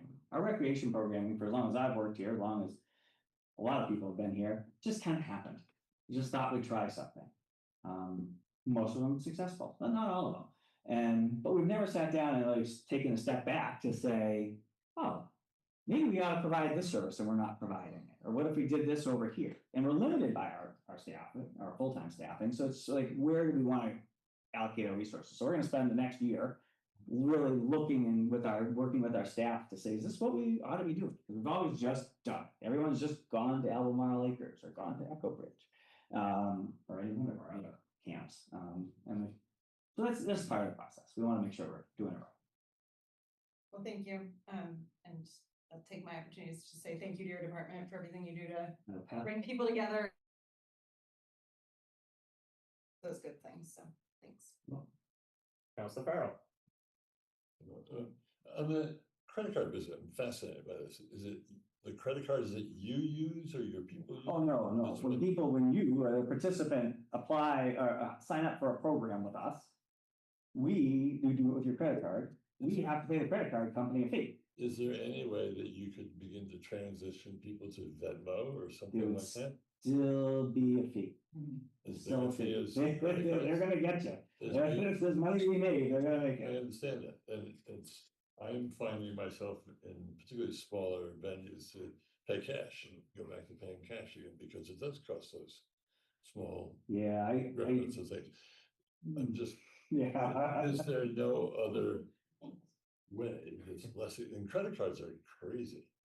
But just, and, yeah, don't, Yeah, I mean, listen, they're open to suggestions, they're open to looking at things, but people want to pay electronically, with a credit card or Venmo or one of those things, and okay, I didn't realize Venmo was as expensive as a credit card, but, there's a credit card on the company on the other end of that. Maybe. well, that's probably true, yeah. This is why Mark Cuban is a billionaire.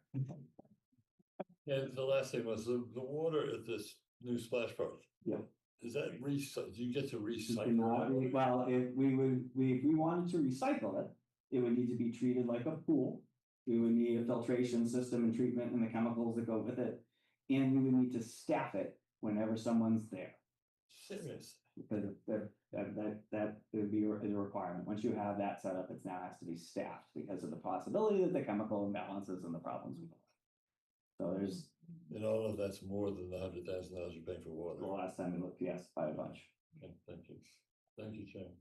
All right, Yes. I had one Councilor Maliki. water question too, because it came up.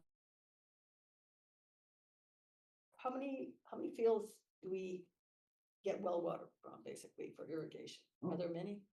There are many, and that's a good question. I want to say we have I don't need to know right now, maybe I'd be interested. 13 to 14 wells, but yeah, I can Yes, get back. I just, the field we were talking about was, West Newton Playground and what type of condition it's in.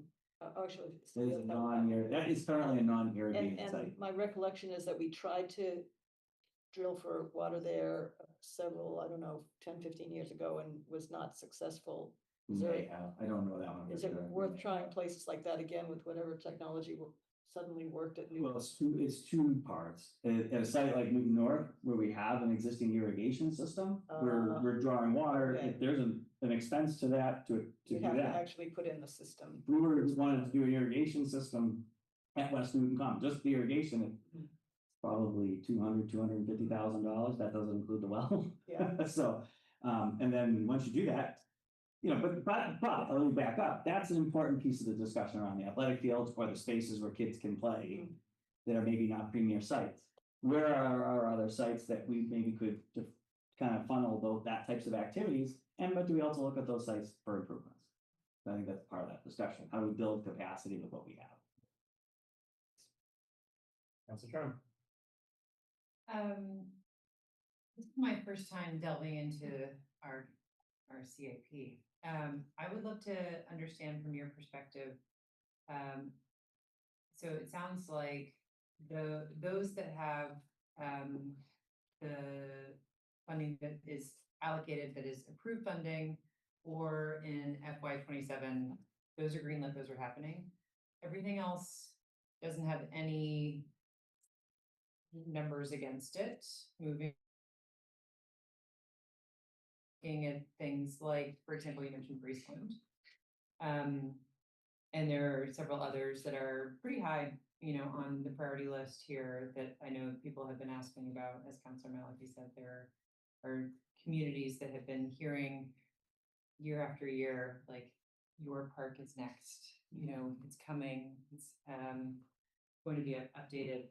So how will this be addressed? And I have heard you say that you're going to be, taking a step back and pulling together a plan, but does that mean that you will be coming back to us and saying,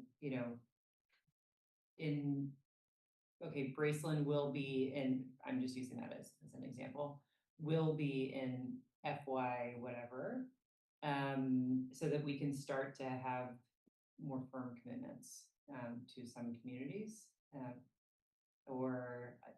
and I'm looking here at my colleagues as well, so that I can understand how these things move from the, like, this is high priority, but there's no dollars against it. You want. Talk your. But Not only that, but how they get that. yeah. So would love to hear from your department's perspective about all these things that are queued up that seem to have a relatively high priority number. How will they get into the actual dollars against them? So I can comment where our department, what our role in the city CIP process is, and then I would defer to, folks like Maureen Lemieux, Josh Morse, on how, and John, about the input of how the more details. So each, and some involvement has been somewhat limited over the years, will be more now, but annually, there's an internal CIP committee, and they review the projects that the city has. And there's an algorithm and a whole process for assigning need and value based on individual departments' assessment. That is put into the larger pot of need for the city, and then that internal group gets together as all the departments.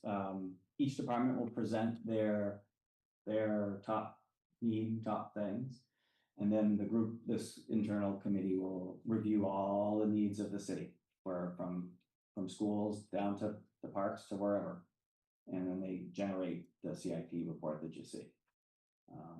As far as when things get funding, it relies on what other needs there are at the time.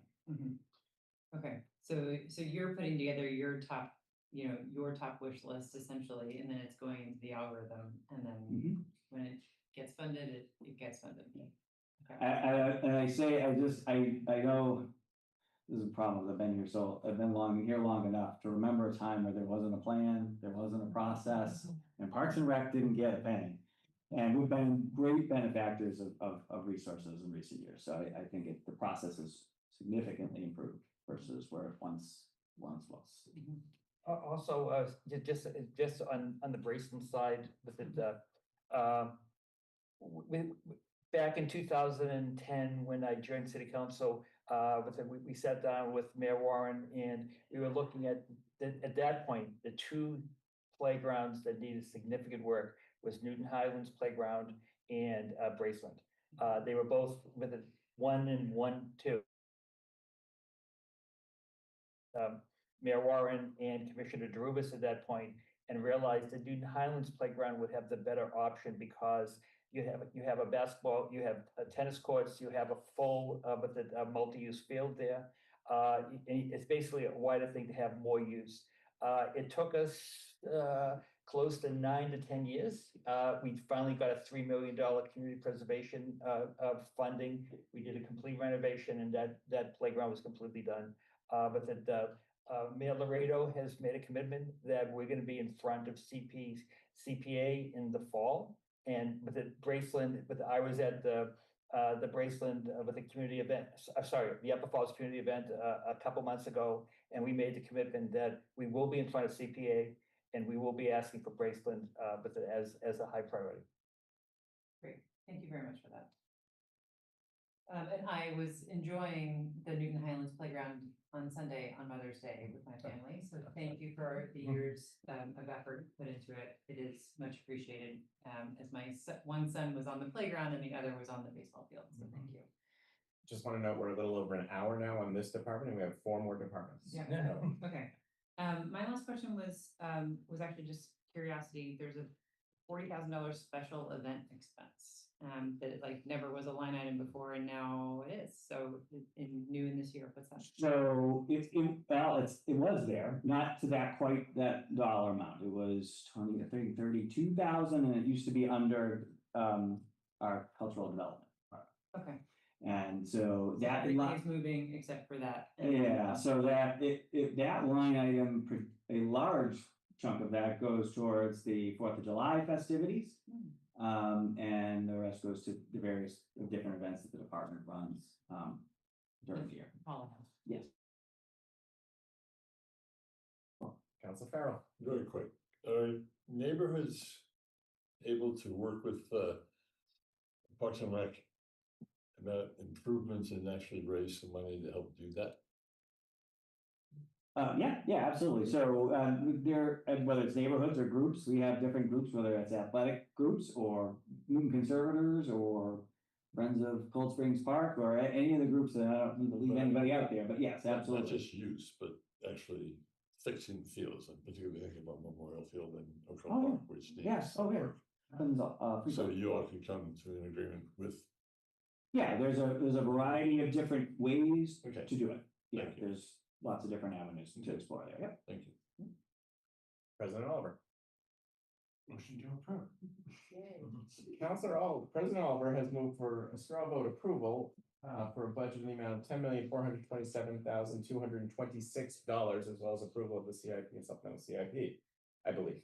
That is exactly what I need. Any discussion on that motion? All right, all those in favor, please say aye. Aye. Any opposed? Any abstentions? Thank you very much. Thank you. Thank you. Thank you. Next department is veterans. I see we've been joined by Seth Bai online. Are you there, Mr. Bai?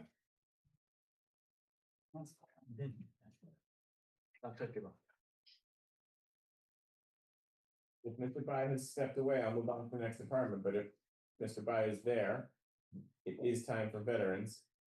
So as I speak slowly, trying to delay. I'm here. I'm rolling it in. Thank you. Mr. Bai, good evening. How are you? Good evening. I am marvelous. Thank you for asking yourself. Great, thank you.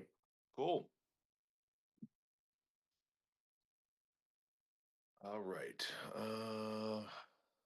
Trying to pull up a file here. All right. So thank you so much for having me in this evening. Those of you that have been here in the past realize that my org chart is rather simple to digest. Any questions, please ask. Going forward into the goals and visions, the first 3 categories, not that I want to say that they're boilerplate, but they are absolute mandatory requirements.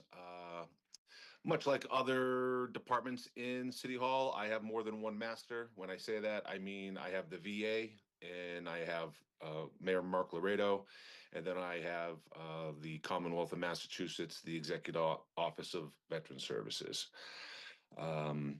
But as I go down through the goals and visions, I would just key in on the deliverables and the long-term vision. If there's any sort of a question about what those actually mean or how they'll pan out, please, by all means, I'll take any questions from all the counselors. And then as it breaks down further, the numbers, I can explain any of the veterans errors or the caseload. So by all means, please fire away. I'll do my best to answer your questions. Thank you. Appreciate it. Love the org chart, the org notation. Org enter. I will just ask quickly, notice the regular office hours. Have you always had regular office hours, or is that a new thing? 'Cause I think that's fantastic. Well, it's kind of like the COVID thing. Before COVID, I had office hours at the Post 440. And now, through the conversations with Mr. Rice and Mayor Laredo, he wanted to get me back over to the Cooper Center, seeing that we just had the grand opening in December. So I am now there on the first Tuesday of the month up in the game room. And while I have made contacts with veterans and it's been productive in the world of veteran services and benefits, it's also just been great that I can be casual and kick back and get to know new veterans in the city. Gotcha. Thank you. Any questions? President Oliver. Great, thank you. And thank you for sticking with us tonight. I'm kind of curious if there is anything on your mind as we go into the next 2 weekends, which are all about you, baby, all about you. The only thing I do want to send a shout out to Mr. John Rice. Through all the parade meetings, he was anointed and charged with the weather pattern for this weekend, and he knocked it out of the park. I control over that completely. Yes. Yeah. So All right. if we've all seen the weather, it's going to be about 83 and sunny. So on the pavement, that's about another 5 degrees. We do have water stations out there. We've told ample amount of constituents and residents, bring your water bottle with you. Absolutely. Couldn't be looking forward to it any more than I am this year. I think the new route and so forth, I'm looking forward to the 10 deep in terms of the 10 deep in terms of the spectators that John Rice is also committed to or guaranteed as well. But thank you for everything you do. I do appreciate it. You're welcome, Mr. President. Thank you, Councilor Leary. Thank you, Mr. Chair. Hi, Seth. How are you? It's good to see you. Good evening. And, Likewise. I was also very happy to see that you have office hours at the Cooper Center. Well, yeah, I mean, it's natural. I mean, a lot of my Yeah. veterans that are, obviously myself and working age, they're not going to be there during the day. So having another outlet to reach out to the Vietnam vets and the Korean War vets and whatnot is magnificent. And there's a lot going on there. So I'll be participating in not just my office hours there, Councilor O'Leary. I'll also be like jumping in and like, I'll go into a yoga class and things of that nature. Oh, nice. Yeah, it's a great opportunity and it's a great space. I'm really happy to see that you'll be there, have a presence there. I'm really looking forward to the parade and with our Grand Marshal, Paul Lipsett. And I just wanted to ask you about I was a little thrown off by because the schedule had kind of changed this year. And is that going to be the way, like the plan for that to be that way going forward? Or is it something that you make changes on year to year? And I'm asking because I plan my Memorial Day weekends around the celebrations, and usually the the wreath laying is on Memorial Day. You mean the one on the bridges or the one at the cemetery? The one both the bridges and the cemetery are the same day. One's in the morning, one's in the afternoon. That's how it No, I'm was sorry. last year. Like, point of correction, in the past years, wreath laying at the bridges has been Sunday morning and follows right to the parade.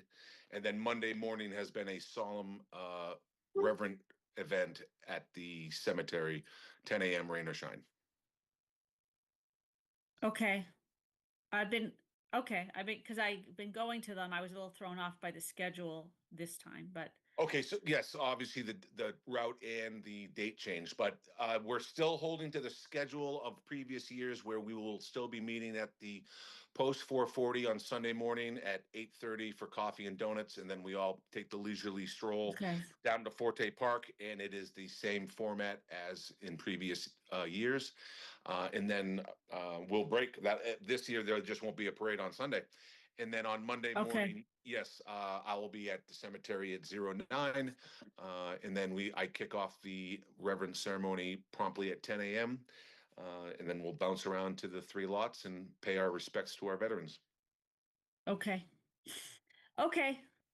Thank you very much. I'm going to be attending as many of the events as I can, but my Sunday, depending on when I get back from a quick trip I'm doing. But I look forward to it every year, and I thank you for your organization. And you and I believe Hattie also is working with you on coordinating some of those events. Oh my goodness, this So year was th- such a monumental event. We all should be nominated for Employee of the Year. It was a complete uh, com- uh, team effort. I mean, Mark Kelly was involved as well, uh, from Parks and Rec, and then obviously the various departments with culture and whatnot. So it was a great time for us to get together, 250th. So we're very grateful that it's going to work out just fine. We'll be able to have a parade that will be fulfilling and purposeful, and we'll have a wonderful time building some community pride. Great. Okay. Thank you so much. I appreciate all your hard work. You're That's it for welcome. me. Thank you. Counselor Charm. Hi Seth, nice to meet you. I am, I'm, as we have seen, the newbie here, but I am passing and who was asking about the diversity in the kinds of vets that we engage with as a department, and in particular whether we are engaged with groups, a group called Veterans for Peace. So I'm just curious about how you plug in with the different vet populations that we have in the city. And if you can sort of speak to that of like, how do we make sure that we're, touching a diverse audience? Well, that's a great question. Thank you for asking it. It's not the easiest answer in the world. Let me start up here at the 30,000 view, and then we'll come down. So as I've had conversations with our clerk, Drew Willison, bear in mind, not every veteran self-identifies. So we don't actually have a hard number in the city. With regards to that, when it comes to a veteran that I serve in the city, all I look at is their discharge paper. I'm not concerned about race, creed, origin, and things of that nature. If you have an honorable discharge, I'm working with you. If you have less than an honorable discharge, I will help you navigate whatever benefits you are entitled to at that point. There is a drop off there. We recently had an employee leave HHS to another town, but I had been working with her with regards to the group called Veterans Out, and they are the subset of veterans that is the LGBTQ community. So I have been working with them. As for that, I'm not aware of the Veterans for Peace. Are they based in Newton, or is that just a Commonwealth of Massachusetts organization? I can forward you the link. It looks like it's a national organization. Okay. I am not familiar with Veterans for Peace at this point. Obviously, my major concerns in the last, I would say, 18 months is the Vietnam population and the amount of widows that I am assuming. And I can get into that as we ask more questions going forward. Great. Thank you for addressing them. You're welcome. Counselor Malky. Oh, hi, thank you. Can you elaborate a little on the item under long-term vision, establish new initiatives and action items to improve access and ability to interface developing technologies with our aging veteran population? What would that entail? Certainly. Mr. Rice and I will be having a conversation tomorrow with regards to web portals that are being introduced and tested at the state level, because as you can imagine, so many things in our lives these days are direct deposit. We are shifting towards getting all veterans into the My Healthy Vet, which is a web portal through the VA, so that they can order their prescription drugs and manage their appointments through the internet.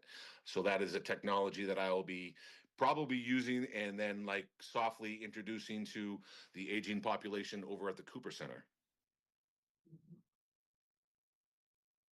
Kind of like HR has been setting up a sort of self-service portal. Yes, exactly. Yep, exactly. Yeah, and so basically trying to help older people who might not be as adept with technology. I know there's people that don't know how to attach a photo to an email, so. Yes, correct. So, I can't do, some of these crazy apps, so yeah. okay.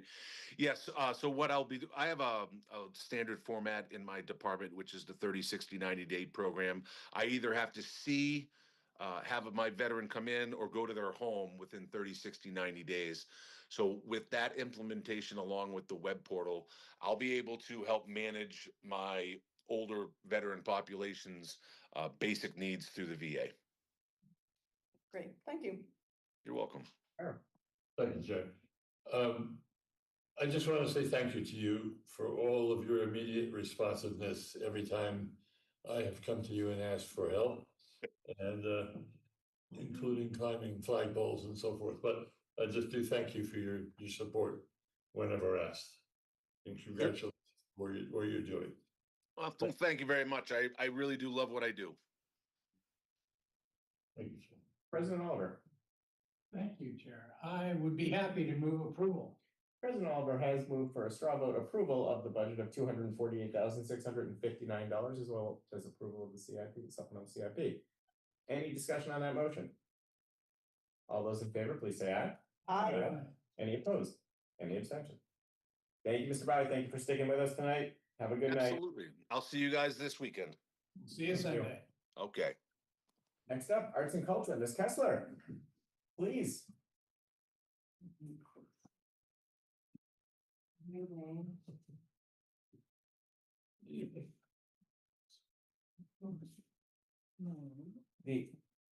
This budget has increased tremendously since last year, so please. Indeed. Give me one moment. I have a slide presentation that I'd like to share so Miles and I can work our magic here. Am I able to share my screen?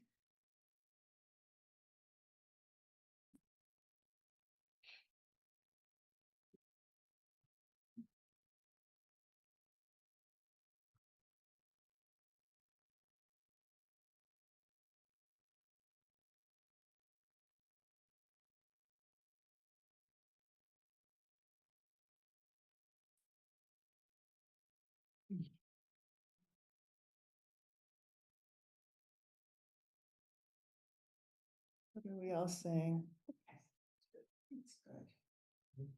Okay. Do you want me to wait until Councilor Torn first? Sorry. Yes. Dinner.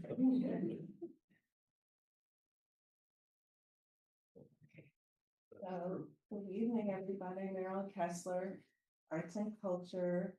I'm delighted to be here with you again and representing for the first time the brand new Department of Arts and Culture at its inaugural budget conversation. I have a slide deck here that I'm going to walk through to do a few things. First, to review the departmental priorities. Second, to bring you up to date on some of the department's activities over the last 4.5 months since we all sat together in January. And then to talk a little bit about my goals going forward for FY27.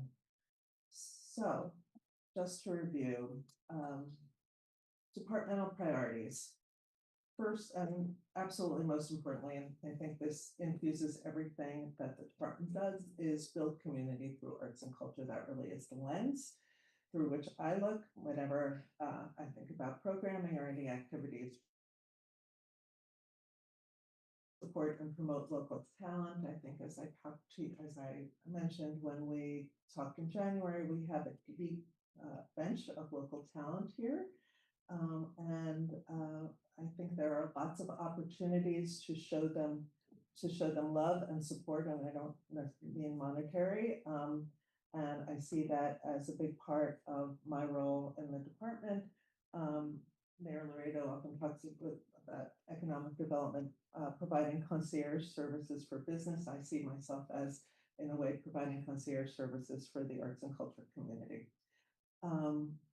Speaking of economic development, third priority is developing Newton's creative economy, which means developing the relationship between arts and culture and the business community.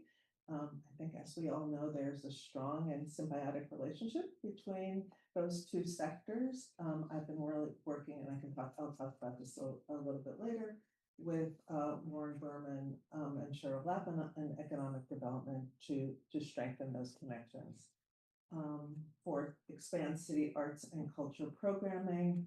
I have been thinking actively about ways in which we can expand our programming, particularly in ways to bring on more programming that is interactive and community-based. I think I've mentioned to you before that my vision is have arts and culture meet people where they are, both literally and figuratively, and that's the type of programming that I have in mind. Again, we can talk about that. Build internal capacity for growth, put in place some structures and processes that will allow us to do more and to do more efficiently. Identify new funding sources. We're here to talk about the budget. Part of my job is to look to the outside the city budget for funding for my programs. And then finally, to celebrate Newton's cultural heritages. We are a city of a diverse population, and part of the role of my department is to celebrate and shine a light on all those cultures. So, selected achievement city. I'm sorry, give me one moment. I have something blocking my screen here. Okay. So as I mentioned, and as you all know, I've only been in business here 4.5 months. It's been a very busy 4.5 months. And I just wanted to quickly go through some of the achievements of the department. So I have held over 50 meetings with arts groups, artists, and arts advocates. That's our ongoing. And again, as I mentioned, I see that as a really big part of my role, to meet with these groups, to meet with the artists, to find out how the city can best support them, what we're doing well, what we're not doing well, to have meetings the last 2 days with arts groups about hanging shows in the city. I've met with arts groups about venues and availability of venues. Connecting different artists and arts groups has been a big part of the job. So those are the types of meetings I've been having. I've created,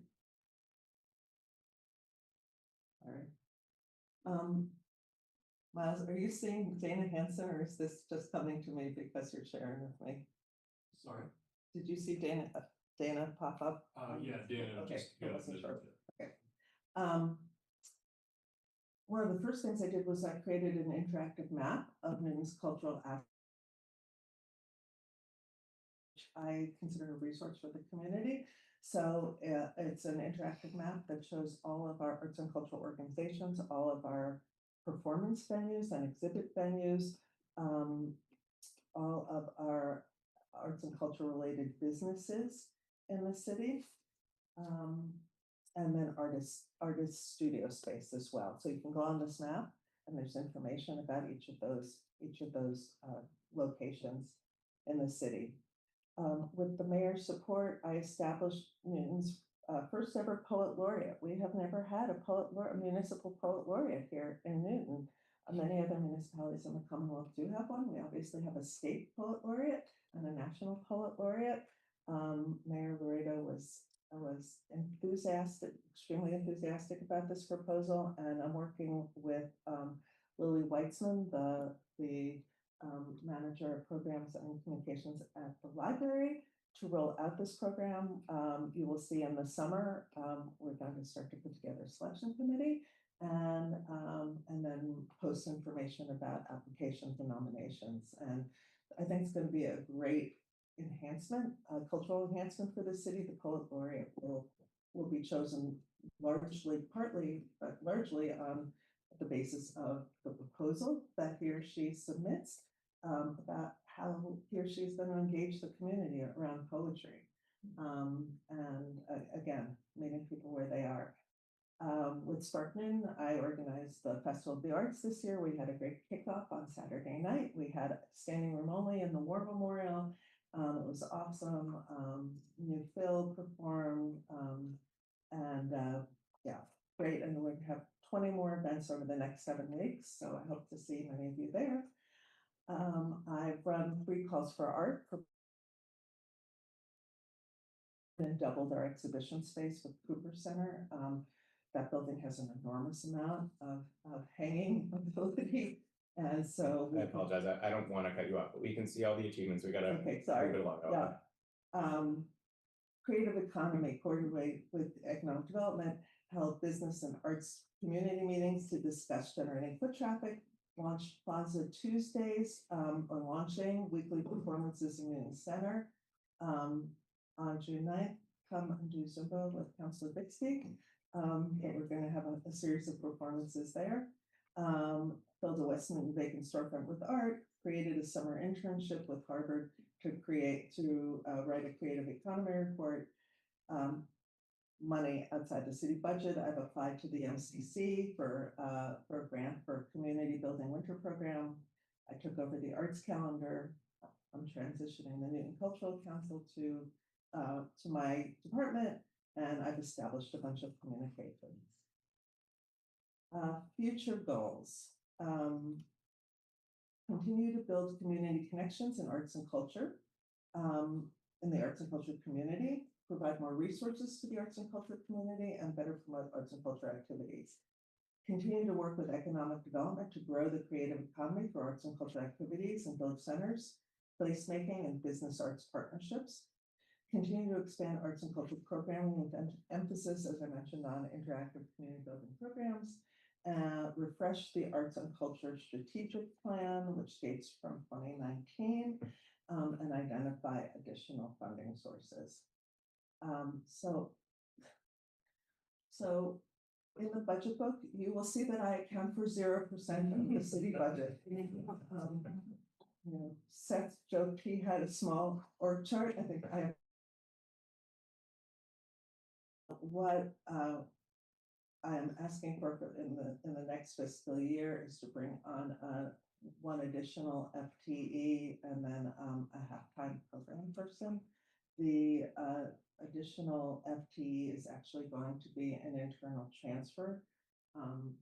Archana Menon, who currently works under Paul Gannon, approached me. She is an arts planner. That is her background. That is her passion.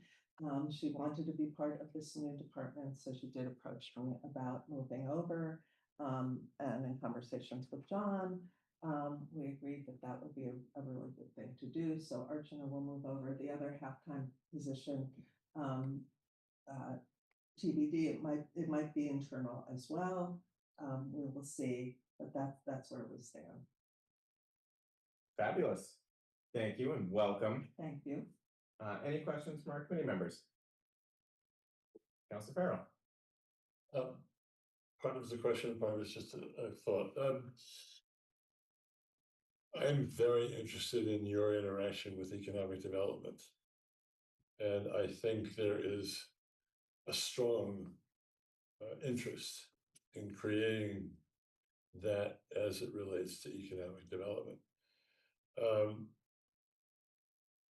I was somewhat concerned twice in the past year when we gave $2 million to two organizations, both in the area of the arts. And one is the First Church here in Newton Center, where they're redoing the bell tower. Right, those were CPA funds. I understand, Yeah. but city money. Yeah, yeah. And the other was West Newton Cinema Yeah. for their roof. And I didn't think we took advantage of the opportunity to say, and that's a huge amount of money that I think could have been used to create some positive thinking about what to do. And particularly in West Newton, I see a West Newton that could become the arts center for the city around that building. And excuse me, I'm a little low budget here, but buying the buildings next to it and creating a real arts center. It would be dance and arts. Yeah. So I don't know, when you go out and talk to these 50 organizations, what is it that they seem to think that they want? And does it at all relate to connecting this to an economic development program with the arts and the business group? Yes, so the economic development team and I have organized 2 meetings so far, one with Newton Center businesses and arts groups, and then West Newton businesses and art group, to talk to them about how we can get them to work more closely together, how we can program some of the public spaces in both of those places to drive foot traffic to benefit the merchants and the restaurants, but also, the other side of the coin is to get some of the businesses to better support the arts. So for instance, in West Newton, there are several vacant storefronts, most of them owned by the same landlord.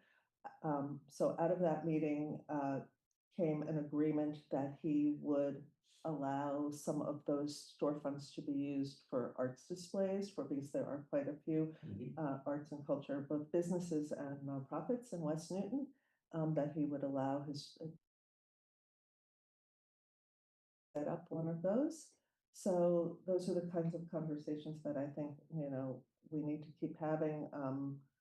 John and I met with some folks in the Highlands just today and talked about doing a similar kind of meeting in Newton Highlands.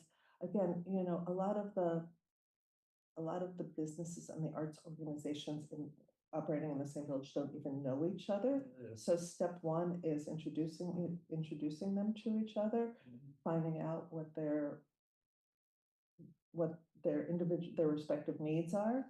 And then, on the storefront thing, basically sort of brokering a little deal to get them to work together.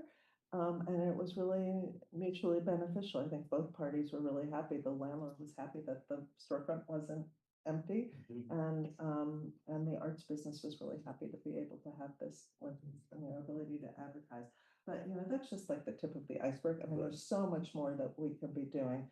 And Lauren and Cheryl and I talk about this all the time. To be honest, one of our things, like, if you were to say to me, if there were an extra $500,000, one of the things I'd want to do is build out what's essentially like a tourism website for Newton. We don't have this. A lot of municipalities do. So a website that has businesses, restaurants, and events, arts and culture all in one place. So if you want to know what's going on in Newton, or I'm going to Newton Center, what is there to do there, or Newton Highlands. Evanston, Illinois actually has a great one, but here it's called Enjoy Evanston. But Lowell, Massachusetts also has one. It's called Like Lowell. They're integrated. They're standalone websites, but they get integrated into the municipal website, so it looks seamless. But anyway, if you were to ask me, that would be not this budget season. That's not what we're asking for, but it's something that we've thought about long term. Again, to bring all that together in one place and to show off all of the, both our business and our cultural assets in one place. So. Is West Newton Cinema being engaged in your work? Absolutely. So I know their board chair very well. I've actually from my Spark Newton days have worked with them closely. I just connected them with, the mayor actually connected me to, the Boston Taiwan Film Festival, and they were looking for a place in Newton to show films. And I connected them with West Newton, and so now they're talking about doing a film series there. So, yeah, so I see a lot of my job as being a connector like that. But yes, the West Newton Cinema is actively engaged, and they, we're talking a lot about what we can do in West Newton. And is the church pretty amenable to making that space for concerts and music more available to Newton programming? Sorry, which? It's what's the proper name? It's the First Baptist Church in Baptist in Newton Center. In Newton Newton Center. Center, well, that's historically been a big performance venue, so Right, when. but it isn't necessarily a rate for if the city wants to propose. I mean, we gave them $2 million. So right, so a lot of the arts groups have used that as a performance space. I understand. I'm not one to judge. I don't have the ear to judge, but I understand the acoustics and they're really extraordinary. Also, yeah. And so I think once the construction is done, it will be open again to performances there. So I guess I'd just like to, but it would be nice if there were city permits for space. Yeah, just something to think about yeah, for $2 no, million. absolutely, absolutely. Thank you, I No, appreciate it. Thank you. Councilor Bixby. Maybe more specific question, but in the process improvement, you talked about evaluating permitting and fee requirements, just along these lines, what does that mean, or is that still early stages? Yeah, it's early stages. I talked to Patty a little bit about this,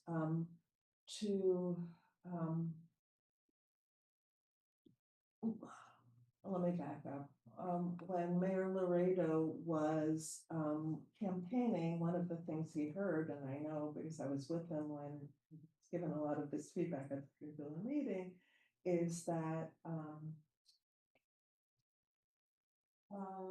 some of the groups that provide programming here in the city wish that the city would recognize the economic impact that their programming is bringing to the city. So they feel that they are burdened with, so you want to rent a space, you want to rent the War Memorial, you want to rent an outdoor space to do programming or whatever. It can get quite expensive for small nonprofits to rent these spaces. And so, one of the things that the mayor and I had talked about even before he became mayor was, really doing an analysis of the fees we get from all of that permitting. And there are a lot of different fees, as you well know, lots of different layers of fees. And to really look at, is there anything that we could cut back on to make things more accessible for these groups? Again, recognizing that many of these programs do, generate an economic benefit for the city. So to make it easier for groups to do their own. And this has actually already come up for me in a couple of different ways. A couple of groups that do like big festivals in the city really have a lot of fees. So Hattie and I talked about, I think over the next year, that will be something that we will start looking at and making sure the fees are equitable, maybe cutting out or reducing fees that are unnecessary, and just trying to make, reduce obstacles for groups that want to use city property to stage programming. That's the key thing. So.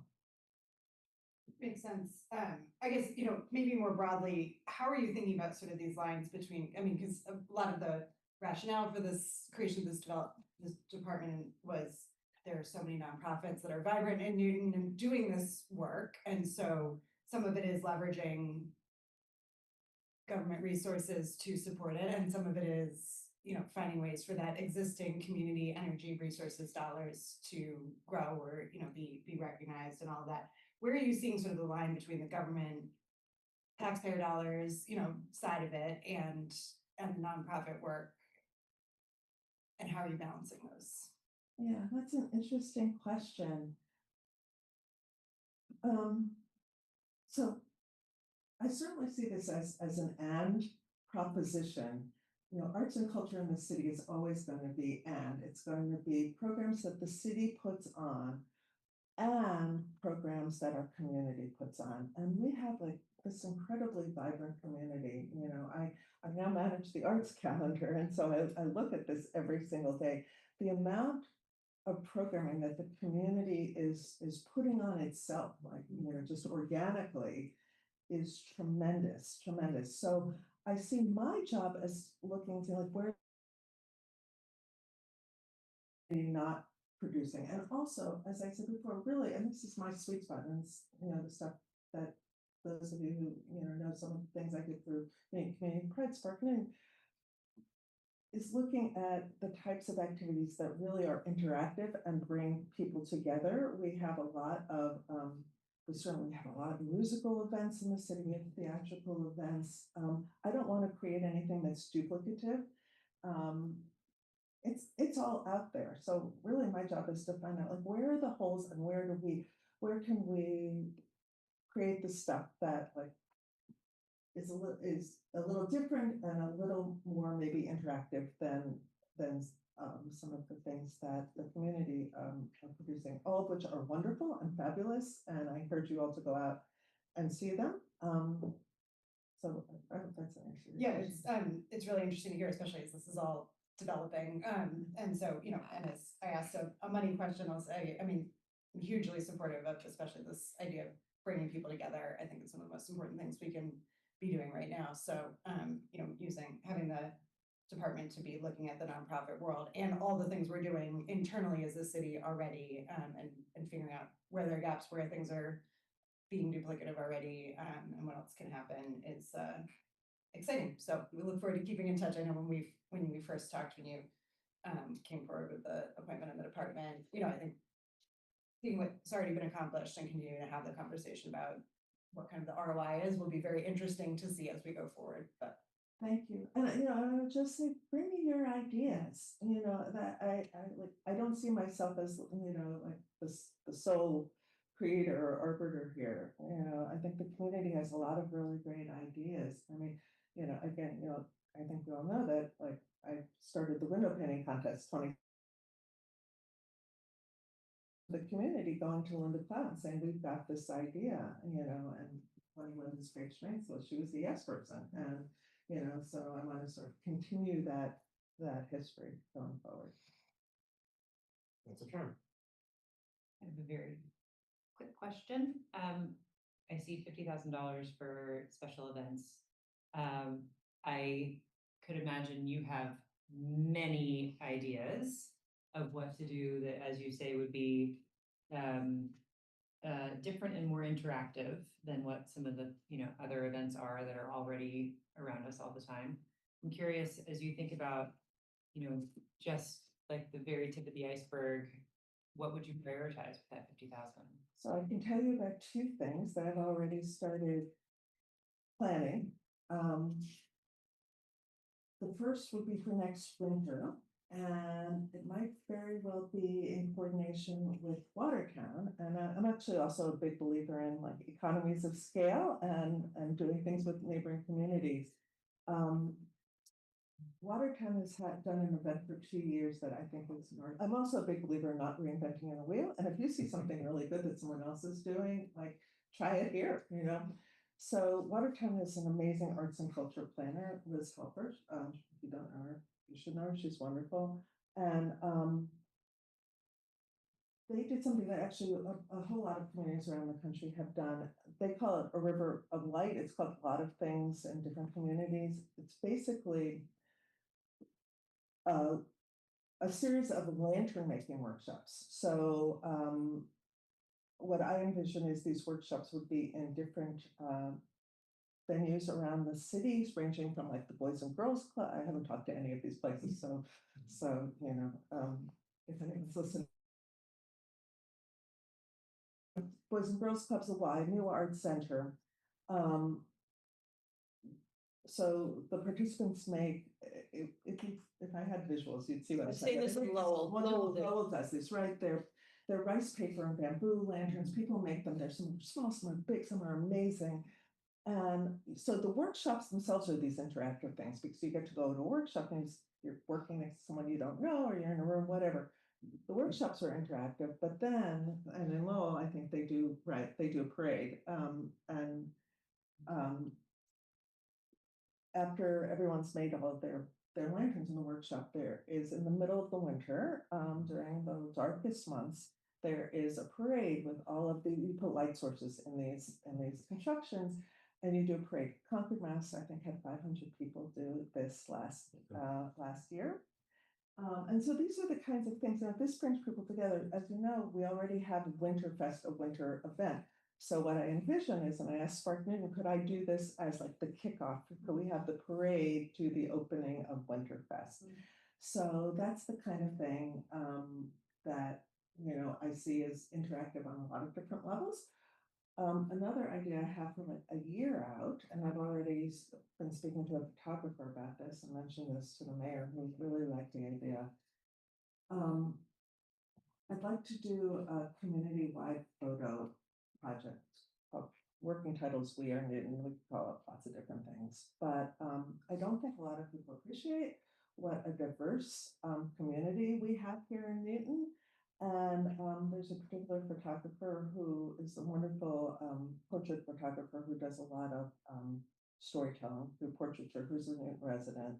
And I started speaking with her about, you know, could we do this where we get a cross section of the city? JR, he's a French photographer, nobody knows his real identity. Anyway, he goes into communities, he does these large format photos of members of the community, and then they get pasted on buildings. We're not going to paste them on buildings here, don't worry. But what I envisioned was some sort of large format photo project. It might be outside. There are ways to do this outside, so we could put it in our village centers to make it, again, to create an economy, get people walking around the village centers. It might be in other places, but anyway, a year from now, do this We Are Newton large scale photo project that, you know, would, again, and each photo, we would have a blurb from the person. So again, this is, I see as a community building kind of event. So those are just two examples of things I've thought about based on things I've seen elsewhere that I think, God, we can import this. And these are really good ideas. And let's try them out. And I will say I'm grateful to the mayor who has very much said, like, try new things. And so we're going to try new things and see how they go. And so those are the ideas. Reminds me of Humans of New York. Photo project. Yeah. Which is wonderful. Yeah, exactly. Humans of New York is a great, I don't know if there was ever, it was always digital. I don't know if they ever did the Grand Central. Yeah, they did a big installation. We have a large format camera. we can print, yes. So yes, we can print this large format. So Sort of like Elsa Dorfman's sort of, giant. yes, like yeah. that. Yeah, if you've never seen JR, I actually, in Montgomery, Alabama, stumbled on a JR installation that was like crazy, incredible, but he goes around the world and does this. And again, it's a community building it's art as community building, and that's sort of my vision here. So we'll see. I'll just say one last short thing, which is in addition to collaborating with the Economic Development Department, I would love to see how you could physical development that we Agreed. have in Newton. I was actually just speaking with someone recently about like parking garages. This is not something like not specifically that in Newton, but you know, structures that are controversial can be much more welcomed into communities if there is a public art component of it that could be like a public mural competition or like wrapping the building in some sort of something. So I would love to see more collaboration across City Hall to say how can some of this work help us get people to embrace positive things.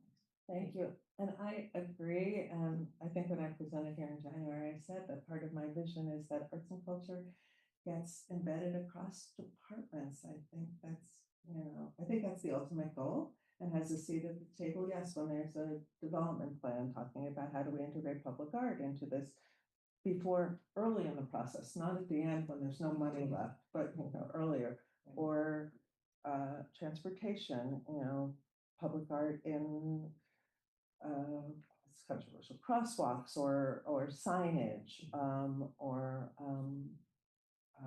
Parks and Rec, all of these things.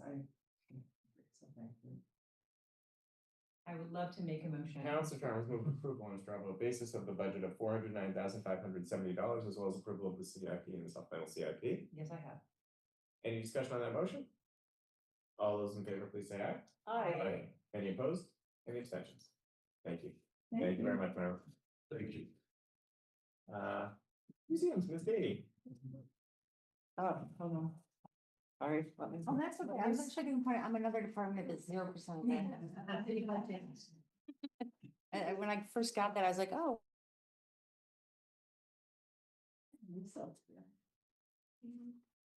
Okay. John, you've taken a note. There are no such departments that have 0% of the budget. Yes, exactly. How many decimal places though? Yeah, go ahead. I will apologize. I have to transition to Zoom and I will be joining the last two presentations. So I don't know exactly why it's called museum in our category and it's called historic in our books and all, but It's confusing, isn't it? Yeah. I'm able to cross-reference, but I don't know why it is. Yeah, and sometimes it's referred to internally as Just Jack Homestead and sometimes Newton History Museum. So I've thought about that actually as a branding thing. We really are the History Museum. We have two museums. And the thing is, the community knows Jackson Homestead by name. So if we say the Newton History Museum, sometimes that decouples from a place that they know. So it's a tough one. So I think it's the Newton History Museum at Jackson Homestead. It's all a branding question, I think. Anyway. I really enjoy this meeting every year, in part because your questions and comments give me a peek into your communities. You are the people's representatives, and since we are 100% community oriented, always trying to connect people to history, to each other, that's my favorite part. So that's why I'll try to be quick. That and the fact that it's so our vision is a community that understands its history and the power of history to shape the future. And the resources in this particular budget, combined with the resources of the nonprofit Newton Historical Society, which is a partner, public-private partnership, allows us to do that every day. We have a fantastic group of staff and volunteers and board members that pull us in that direction. So even though Historic Newton is so much more than just the Newton History Museum at Jackson Homestead, for some really large developments happening. So some of you know that we opened a major exhibit in March called Newton, the City We Make, covered the first floor of the Newton History Museum. And it's meant to be sort of highlights and also a chance to dive deeper so that when people come to Newton from outside or who want to see learn about their own history in their own community, they can come here and get that primer. We continue to have an exhibit about slavery and anti-slavery in the North, because most people know that Jackson Homestead was spot on the Underground Railroad, and so that will always be present. And then would that be sort of behind us? And I've been happy to report that I think pretty much every day we've been open, we've had visitors, and I could not say that necessarily before. In fact, about half of the museums have not bounced back to pre-COVID levels. We certainly have not bounced back to pre-COVID levels. So one of the reasons the city invested so much into this exhibit is to see if that's still viable to have people come in. But we're also going to go out. We're taking those exhibits out and we take our programs out to the city. So with that behind us, the next large expensive project is our basement rehab, and that's CPA funded. We're on schedule right now. The architects tell us that we'll be finished with construction in December. So we'll say early 2027, we can reopen the basement, and we've decided to put collection storage down there, and there'll be some public spaces there. So what I'm talking about relates directly to these sort of new categories of deliverables and long range visions that are in the budget packet. The other piece that's in the long-term vision section is we had won an award from the Institute Museum of Library Services, or IMLS, federal grant, about a year and a half ago, for $135,000 spread over 3 years. It's a matching grant, and we were able to show them that we're going to match that money profit side. And actually in fiscal year 27, In this budget, we're gonna buy a freezer, which will kill pests in our textile collection, and that will allow us to show IMLS that we have matching funds. So any amount, that's like, I think $3,400, but that's like for me huge. So really excited about that. IMLS was put on pause when the Trump administration stopped the grants, but due to legal activities and a permanent injunction, IMLS for us has continued, and we're hiring a collections manager to move that forward. And so that's a big long-term vision for us. Federal funding for arts and culture, history, preservation is actually for their fiscal 2027 is being, the administration is proposing no money for those things. So we're feeling very happy that we have our grant back and that it's solid due to this legal action, but a little concerned about the long-range future from that side of things. The other piece that's in kind of new in the budget is many of you may be aware that we have worked to put history signs, outdoor history signs in different areas of the city. It's kind of a slow process because we're limited capacity as staff, but with that $5,000, we can work with Parks and Rec sometimes contributes funding, sometimes it's community groups. My hope is that if I can work out some of the staffing capacity pieces, that we'll be able to put maybe 4 signs up in the next fiscal year, assuming that all goes well. And I think that $5,000 is a nice seed money for that. And finally, in the budget, I say this every year, I actually really appreciate it. And I know my staff appreciate the 3% cost of living increase. Always exciting to see that. And the final thing I'll mention is I know that there's a lot going on and following all the arts and Big City News had to extend its announcements of cultural activity. We have our house tour. It's 43rd year of our house tour. So you may be doing any of a number of dozen things on Sunday, but if you want to come to that, you and typically 400 to 500 of your neighbors will come on house tour. So we're excited about some of the sort of legacy programs that we do, and we're also excited about new and funny things that we do, but I won't get into. I want to hear from you. Well, thank you. Appreciate you sticking in there for a long night. Really appreciate it. Any questions from our committee members? Council Farrell. Yeah, Chair. I'm intrigued by the 5 signs. History signs, outdoor history signs. Have you selected the locations and the topics? Yes and no. So we've talked about Spear Park. It's Spear. We'll call it Spears Park, but historically the name of the family that lived there and donated the land was Spear. Just a little back of it. Spear Park, where the new community garden is, and Newton Corner. We've thought about, and I'm hoping, and I need to talk to Mark Welsh about this. Since Parks and Rec had some money to do that, we think that they have money still, hopefully, to install the signs, and we have draft text and images for that. There's a conservation, I don't know that they're a department of the city, but the conservation folks with the city want to finish up what happened in Auburndale on Com Ave, in that park there, it's Norm Vita Park. So we've talked as much as 4 signs in there, but probably closer to 1 to 3 signs, especially wanting to talk at the entrance of that about the history of Auburndale, Com Ave, and Norm Vita. So we have all of the ingredients to do these signs. We have a fabricator that we work with from the beginning. So the signs that you already see in West Newton, Wadham, Hyde Center, and most recently in Lower Falls, that's done. We have a designer on retainer that is will we have community members that we work with in every single village, and a lot of times we rely on their history research or their ability to find funding. What I lost recently with someone who retired, well, actually living in Canada, is the person who does the curation, the person who does the thinking of what's the message, what are the words, what are the images. And I haven't been able to replace that yet. But when I'm able to replace that, everything else falls into place, and this funding will allow us to hopefully use those. So short answer is potentially Spear Park, especially if Parks and Rec has installation money left, and then Auburndale. And when T Square was done, that was an opportunity for us to have put at least 1 sign down there. Yeah. Although I believe Northland is also doing an outdoor sign on their property. Northland? And did Petit do that? So That- they got done with their infrastructure, their work there before we did, but we've talked about where it's located when we get the resources. Budget wise, what does a sign cost? Design, So it fabrication? ranges from $1,000 to $7,000. Really? Actually, I shouldn't say that. The fabrication is a hard cost of, I think it's up to about $1,300 a sign. That's fabrication and shipping. Historic Newton absorbs the cost of the curation, and when I say Historic Newton, it's the person who traditionally has done that was partly paid by the nonprofit and partly a city employee. And then we've been very lucky that we have community members who donate. So Laurel Falls Improvement Association donated money to pay for the designer of the 2 signs that we put there, and they donated in-kind donation of installing the signs.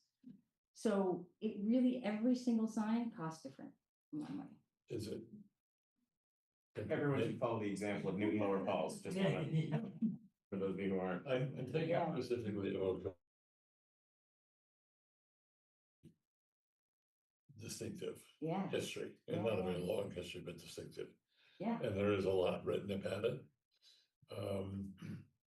And just, I would love to talk with you about what it would take to raise some money to do that. And where it might be, and talk with the community about whether they'd like to have one. And be happy to help you raise some money. Okay, cool. But I think that would be a terrific place to do something. Yeah, I do too. We feature Oakville Park in the new exhibit at Jackson Homestead, so we have all the knowledge, the images, there we have artifacts. So that part of it would be pretty easy to pull together, and it's an important place. Be nice to do anything. I want to talk to you more about this, whatever those images are, they have their own building. It might be fun to think about having an exhibit out there sometime.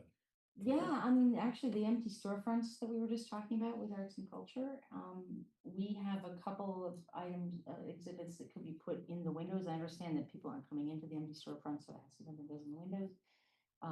As part of the Newton the City We Make, we have a installation that's much more three-dimensional, robust, that will go to different places.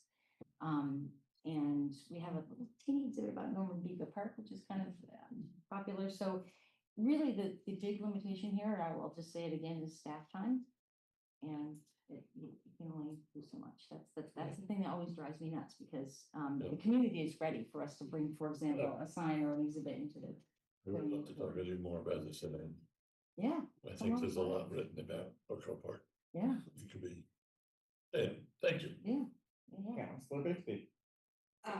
I'll start with a thank you as well. It's funny, I was just talking about a friend and constituent who moved into an architecturally significant house, and she said, I'm gonna reach out to Historic Newton for more information about it. So just knowing that you're such a resource for the community in lots of different ways. Questions. It sounded like you were saying that attendance has increased again, or So more it'll consistent? be interesting to see. So we're actually measuring more about attendance at Jackson Homestead right now because of this new exhibit. Anecdotally, and I'll get actual numbers at month's end, but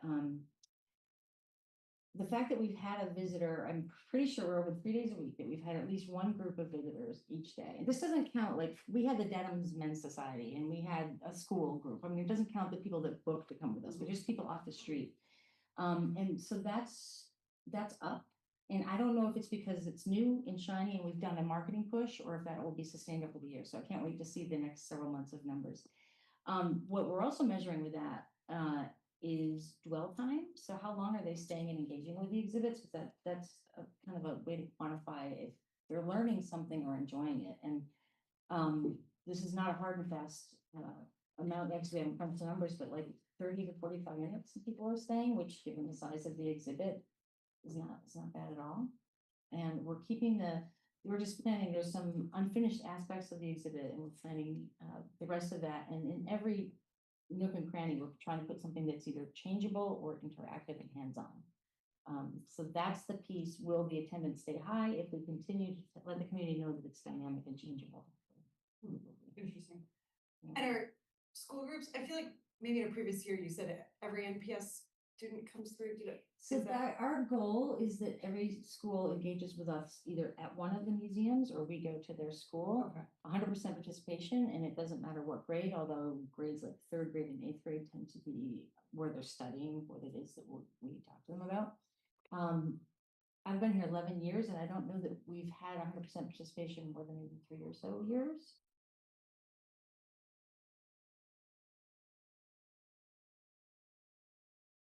Access funds, which we've had some donations to, so that we can waive the fee. So we have folks come, we had a high school group from Cape Cod. I don't know if we waived their fee or if they just came.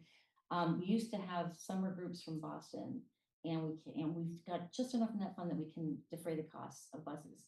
Now, for Newton Public School students, there is no fee, so it's all down to what are the other barriers, the buses, and just and, for those of you who are parents or know an educator, if it's a teacher who's a champion for a field trip, they'll go. And if it's the teacher who's tired or, it's a tough Balancing one. a lot, for sure, Yeah. but. I know that John Rice is, we've talked about some ways to talk to the superintendent. There's ways to sort of deal from the top and from the bottom and in the middle to make that goal happen 100%. Okay. Yeah. I just think it's great for them to learn more about police. They are, so, Yeah. that's great. And are you, I wasn't able to attend this year, but last year, the big 250 celebration. The, sort of open day and Naughty Newton at night. Yes. Are you planning those now as an annual thing, or were those kind of just for these 2 years? So the daytime thing, I think we could probably do another year, because I think there'll still be enthusiasm next year for the revolution. Probably after that, people will be moving on to some other recognition. Incredibly popular. We had about 350 people during the daytime event. And we're very lucky that it turns out it's our director of development is really hooked into the reenactor community, that they don't reenact in that way, but they're really, like, to watch people learn from them. It's so compelling. So the daytime event, probably the nighttime, maybe sticking with the naughty theme, but I don't know if we're going to continue to stay in the 18th century or if people want to go do another.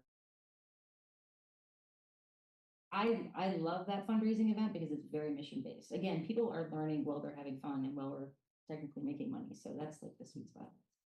Thank you. Yeah.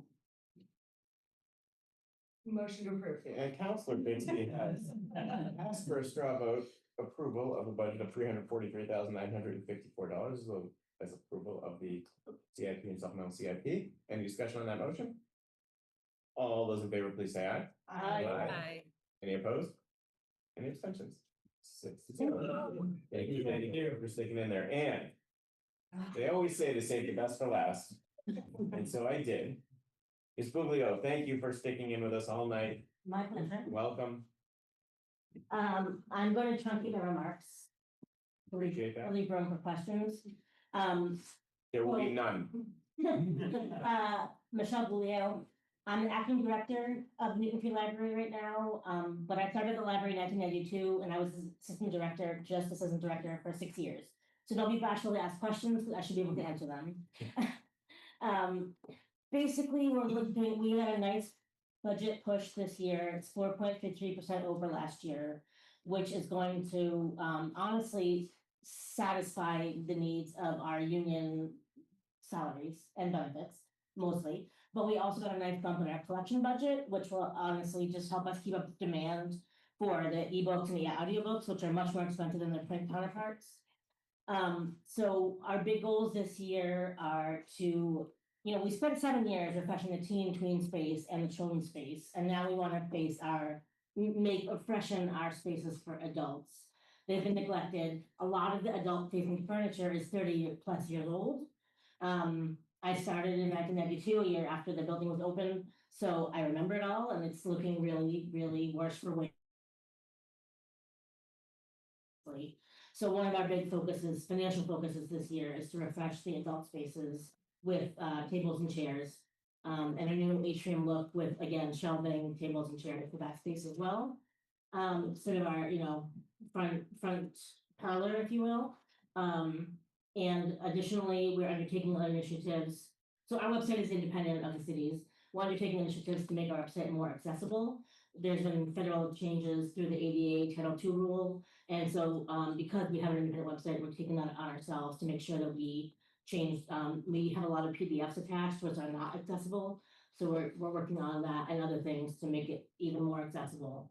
And I'm sure you've heard that the library's board of trustees is purchasing a bookmobile or a van that will become a bookmobile, which will serve our large spread out city in new ways. The new ways which we don't really know yet, honestly, but it's been purchased and we're excited to get that on board. You know, times of inflation and economic uncertainty, we are busy. We're the only free place you can go and just sit and relax and use our resources, and that's what we want you to do. And people rely on those resources even more as, you know, in these challenging times. So our goal is always to reach more people with more resources.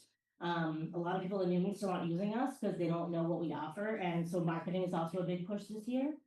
But basically, that's the gist, and I'm happy to answer any questions you have, or try to. Thank you. This committee is and will continue to be a big supporter of the We library. know, I know, yes, and we thank you. Any questions from our, well, let me just ask you quickly, are we still sticking with the no late fees? Absolutely. Okay. Yes, it's just, it wasn't a reliable revenue stream, and even when it was so small. I think It's it's important. fantastic, I just. Yeah, it's important to be equitable. And even as someone said earlier, and I'm sorry, I forget who, that we're more diverse than ever.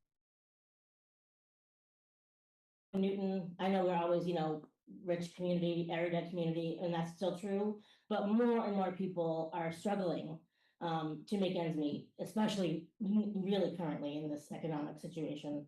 So we want to be there to help everyone in every way we can, including just being a place to come. Council Farrell. I can think of no organization in the city more important than the library other than schools. And particularly one that's as well run as this library. Thank you. And when appropriate, I would move to. Councilor Farrell has moved approval on a straw vote basis of the budget of $7,100,935, as well as approval of the CIP and supplemental CIP. Any discussion on that motion? Councilor Bixby. Thank you, sorry. And I was hoping to move approval, because my mom's librarian, and so. Councilor Bixby has seconded the motion, not necessarily, but has done so nonetheless. Big library fan, and we were together at the, she came with me to the gala the other night, Linda. she's gonna be so happy, she was mentioned at 10 o'clock at night, where are we, I mean, with what's next for leadership? So not that anyone cares or should, but I have not put my hat in the ring. I do not want the job. But I know the interviews are going really well, and there's many strong candidates. Michelle Pizzi O'Brien from HR is running them. My board president is chairing the committee, the screening committee, and I know that there's multiple great options. They're in the interviewing process now. I expect we might have someone in place July, maybe August. I'm also on the interview committee as well. Great, and I mean, is this an opportunity, do you think, that we'll be rethinking things, or is this really kind of a chance to bring somebody in? I mean, as you said, it seems like an incredibly well. Yeah, I think both. I think any new director is gonna have ideas and initiatives that they wanna introduce. We have an amazing. Be a combination of keeping going what's working and introducing some new ideas as well, is my guess. Good luck to all of you in that endeavor, and I'm happy that there's a motion on the table to approve. There is. I just have Councilor a Malky. quick question Please. about the, you mentioned improving the speed and connectivity of the Wi-Fi, put strong Wi-Fi in areas where it's been Yes. inadequate or non-existent. Yes. Is that certain areas of the building? Yes, when we were built, we didn't, you know, Wi-Fi didn't exist, at least not in the public sector. Right. So there are corners of the building, it's a big building, and there are corners of the building that were never adequately served with our wiring projects. So in addition to upgrading what existing, we do need to add more Wi-Fi, what are they called? You know, the. Repeaters. Thank you. And more, we got more plugs last year, which was great, because we didn't have enough plugs, people to plug in their laptops. Yeah. But as far as Wi-Fi and fiber optics and connectivity. Outlets. Yes, sorry, yes. But we do need to wire the corners of the building for Wi-Fi. This was never done. So is this yet to come? Because I remember Correct. we did a big, we approved Yes. funding for. Yes, I will admit it's been a little bit stalled with Director Mercurio's departure, but it's very much on our radar. We're getting quotes to upgrade the wiring and hybrid possibilities in the auditorium. And as soon as that's done, we'll move on to the larger building. It's very much on my mind, and we will absolutely get it done. But there are corners of the building that sort of, we're not covered by the much we are. It's Wi-Fi, but it can be weak and unstable. It's just Yeah. not a great place to take your laptop, honestly. So the Wi-Fi, the whole building is wired, but not to the capacity it really needs to be for the use of scanning. Mhm. There's a couple And dead I was spots. curious also, does the Wi-Fi extend to the parking lot? Because I know there's places where even if the library is closed, if you. Yeah, so it. Probably a third of the way to the parking lot, not the whole parking Yeah. lot, but it does go out to about like the first or second row. Oh, of and parking. and across the street. Exactly, yeah, Parking to- space. Oh, exactly, yes, interesting, yeah. okay. Because that's kind of a useful resource for people who don't have any other Wi-Fi. Absolutely. Yeah. Yeah, we also have, if someone was gonna ask the question of what would you do with 500,000, whatever number you use. Wi-Fi laptop and hotspot kits, we cannot keep them on the shelf, they're heavily in The use. borrowed ones. Yes, because again, folks are having trouble having internet in the home or laptops in the home. We wanna be there for those people to supply them with the tech they need to get by these days. That's everything, everywhere. So that's what I would spend it on, is like, 50 more sets of those, because they're so popular and so needed. But they're also quite expensive and carry a monthly fee, obviously, but, so those are used consistently as well as the Wi-Fi that surrounds the building. And these Wi-Fi borrowable Yeah. Wi-Fi hotspots. Yes, So the library pays the monthly. yeah, For like, The- I guess unlimited, it would have to be unlimited Right. service, so somebody doesn't right, hit the 5 gigabyte. Right, right, when right, they're right, in the right. middle of using it. yeah, it's just like it would be in your home, but it's just a little box that comes with Yeah. the laptop. And so the Wi-Fi at the library itself stays on 24/7? Yeah, yes. Thank you. Also, I think Michelle, Of course. about the outside, the Amazon like, where you get books Oh, separate. thank you. That's in my notes and I skipped it. Thanks, John. Yes, we also launched the 24/7 whole pickup lockers outside. And those do get used frequently on Sunday mornings and after hours as well. Thank you for mentioning that. I forgot. All right, any further discussion on the motion? All right, all those in favor, please say aye. Aye. Aye. Opposed? Any abstentions? There we go. Can I get a motion to adjourn? Motion to adjourn. All those in favor? Aye. Any abstention? Thank you, everyone. We are adjourned.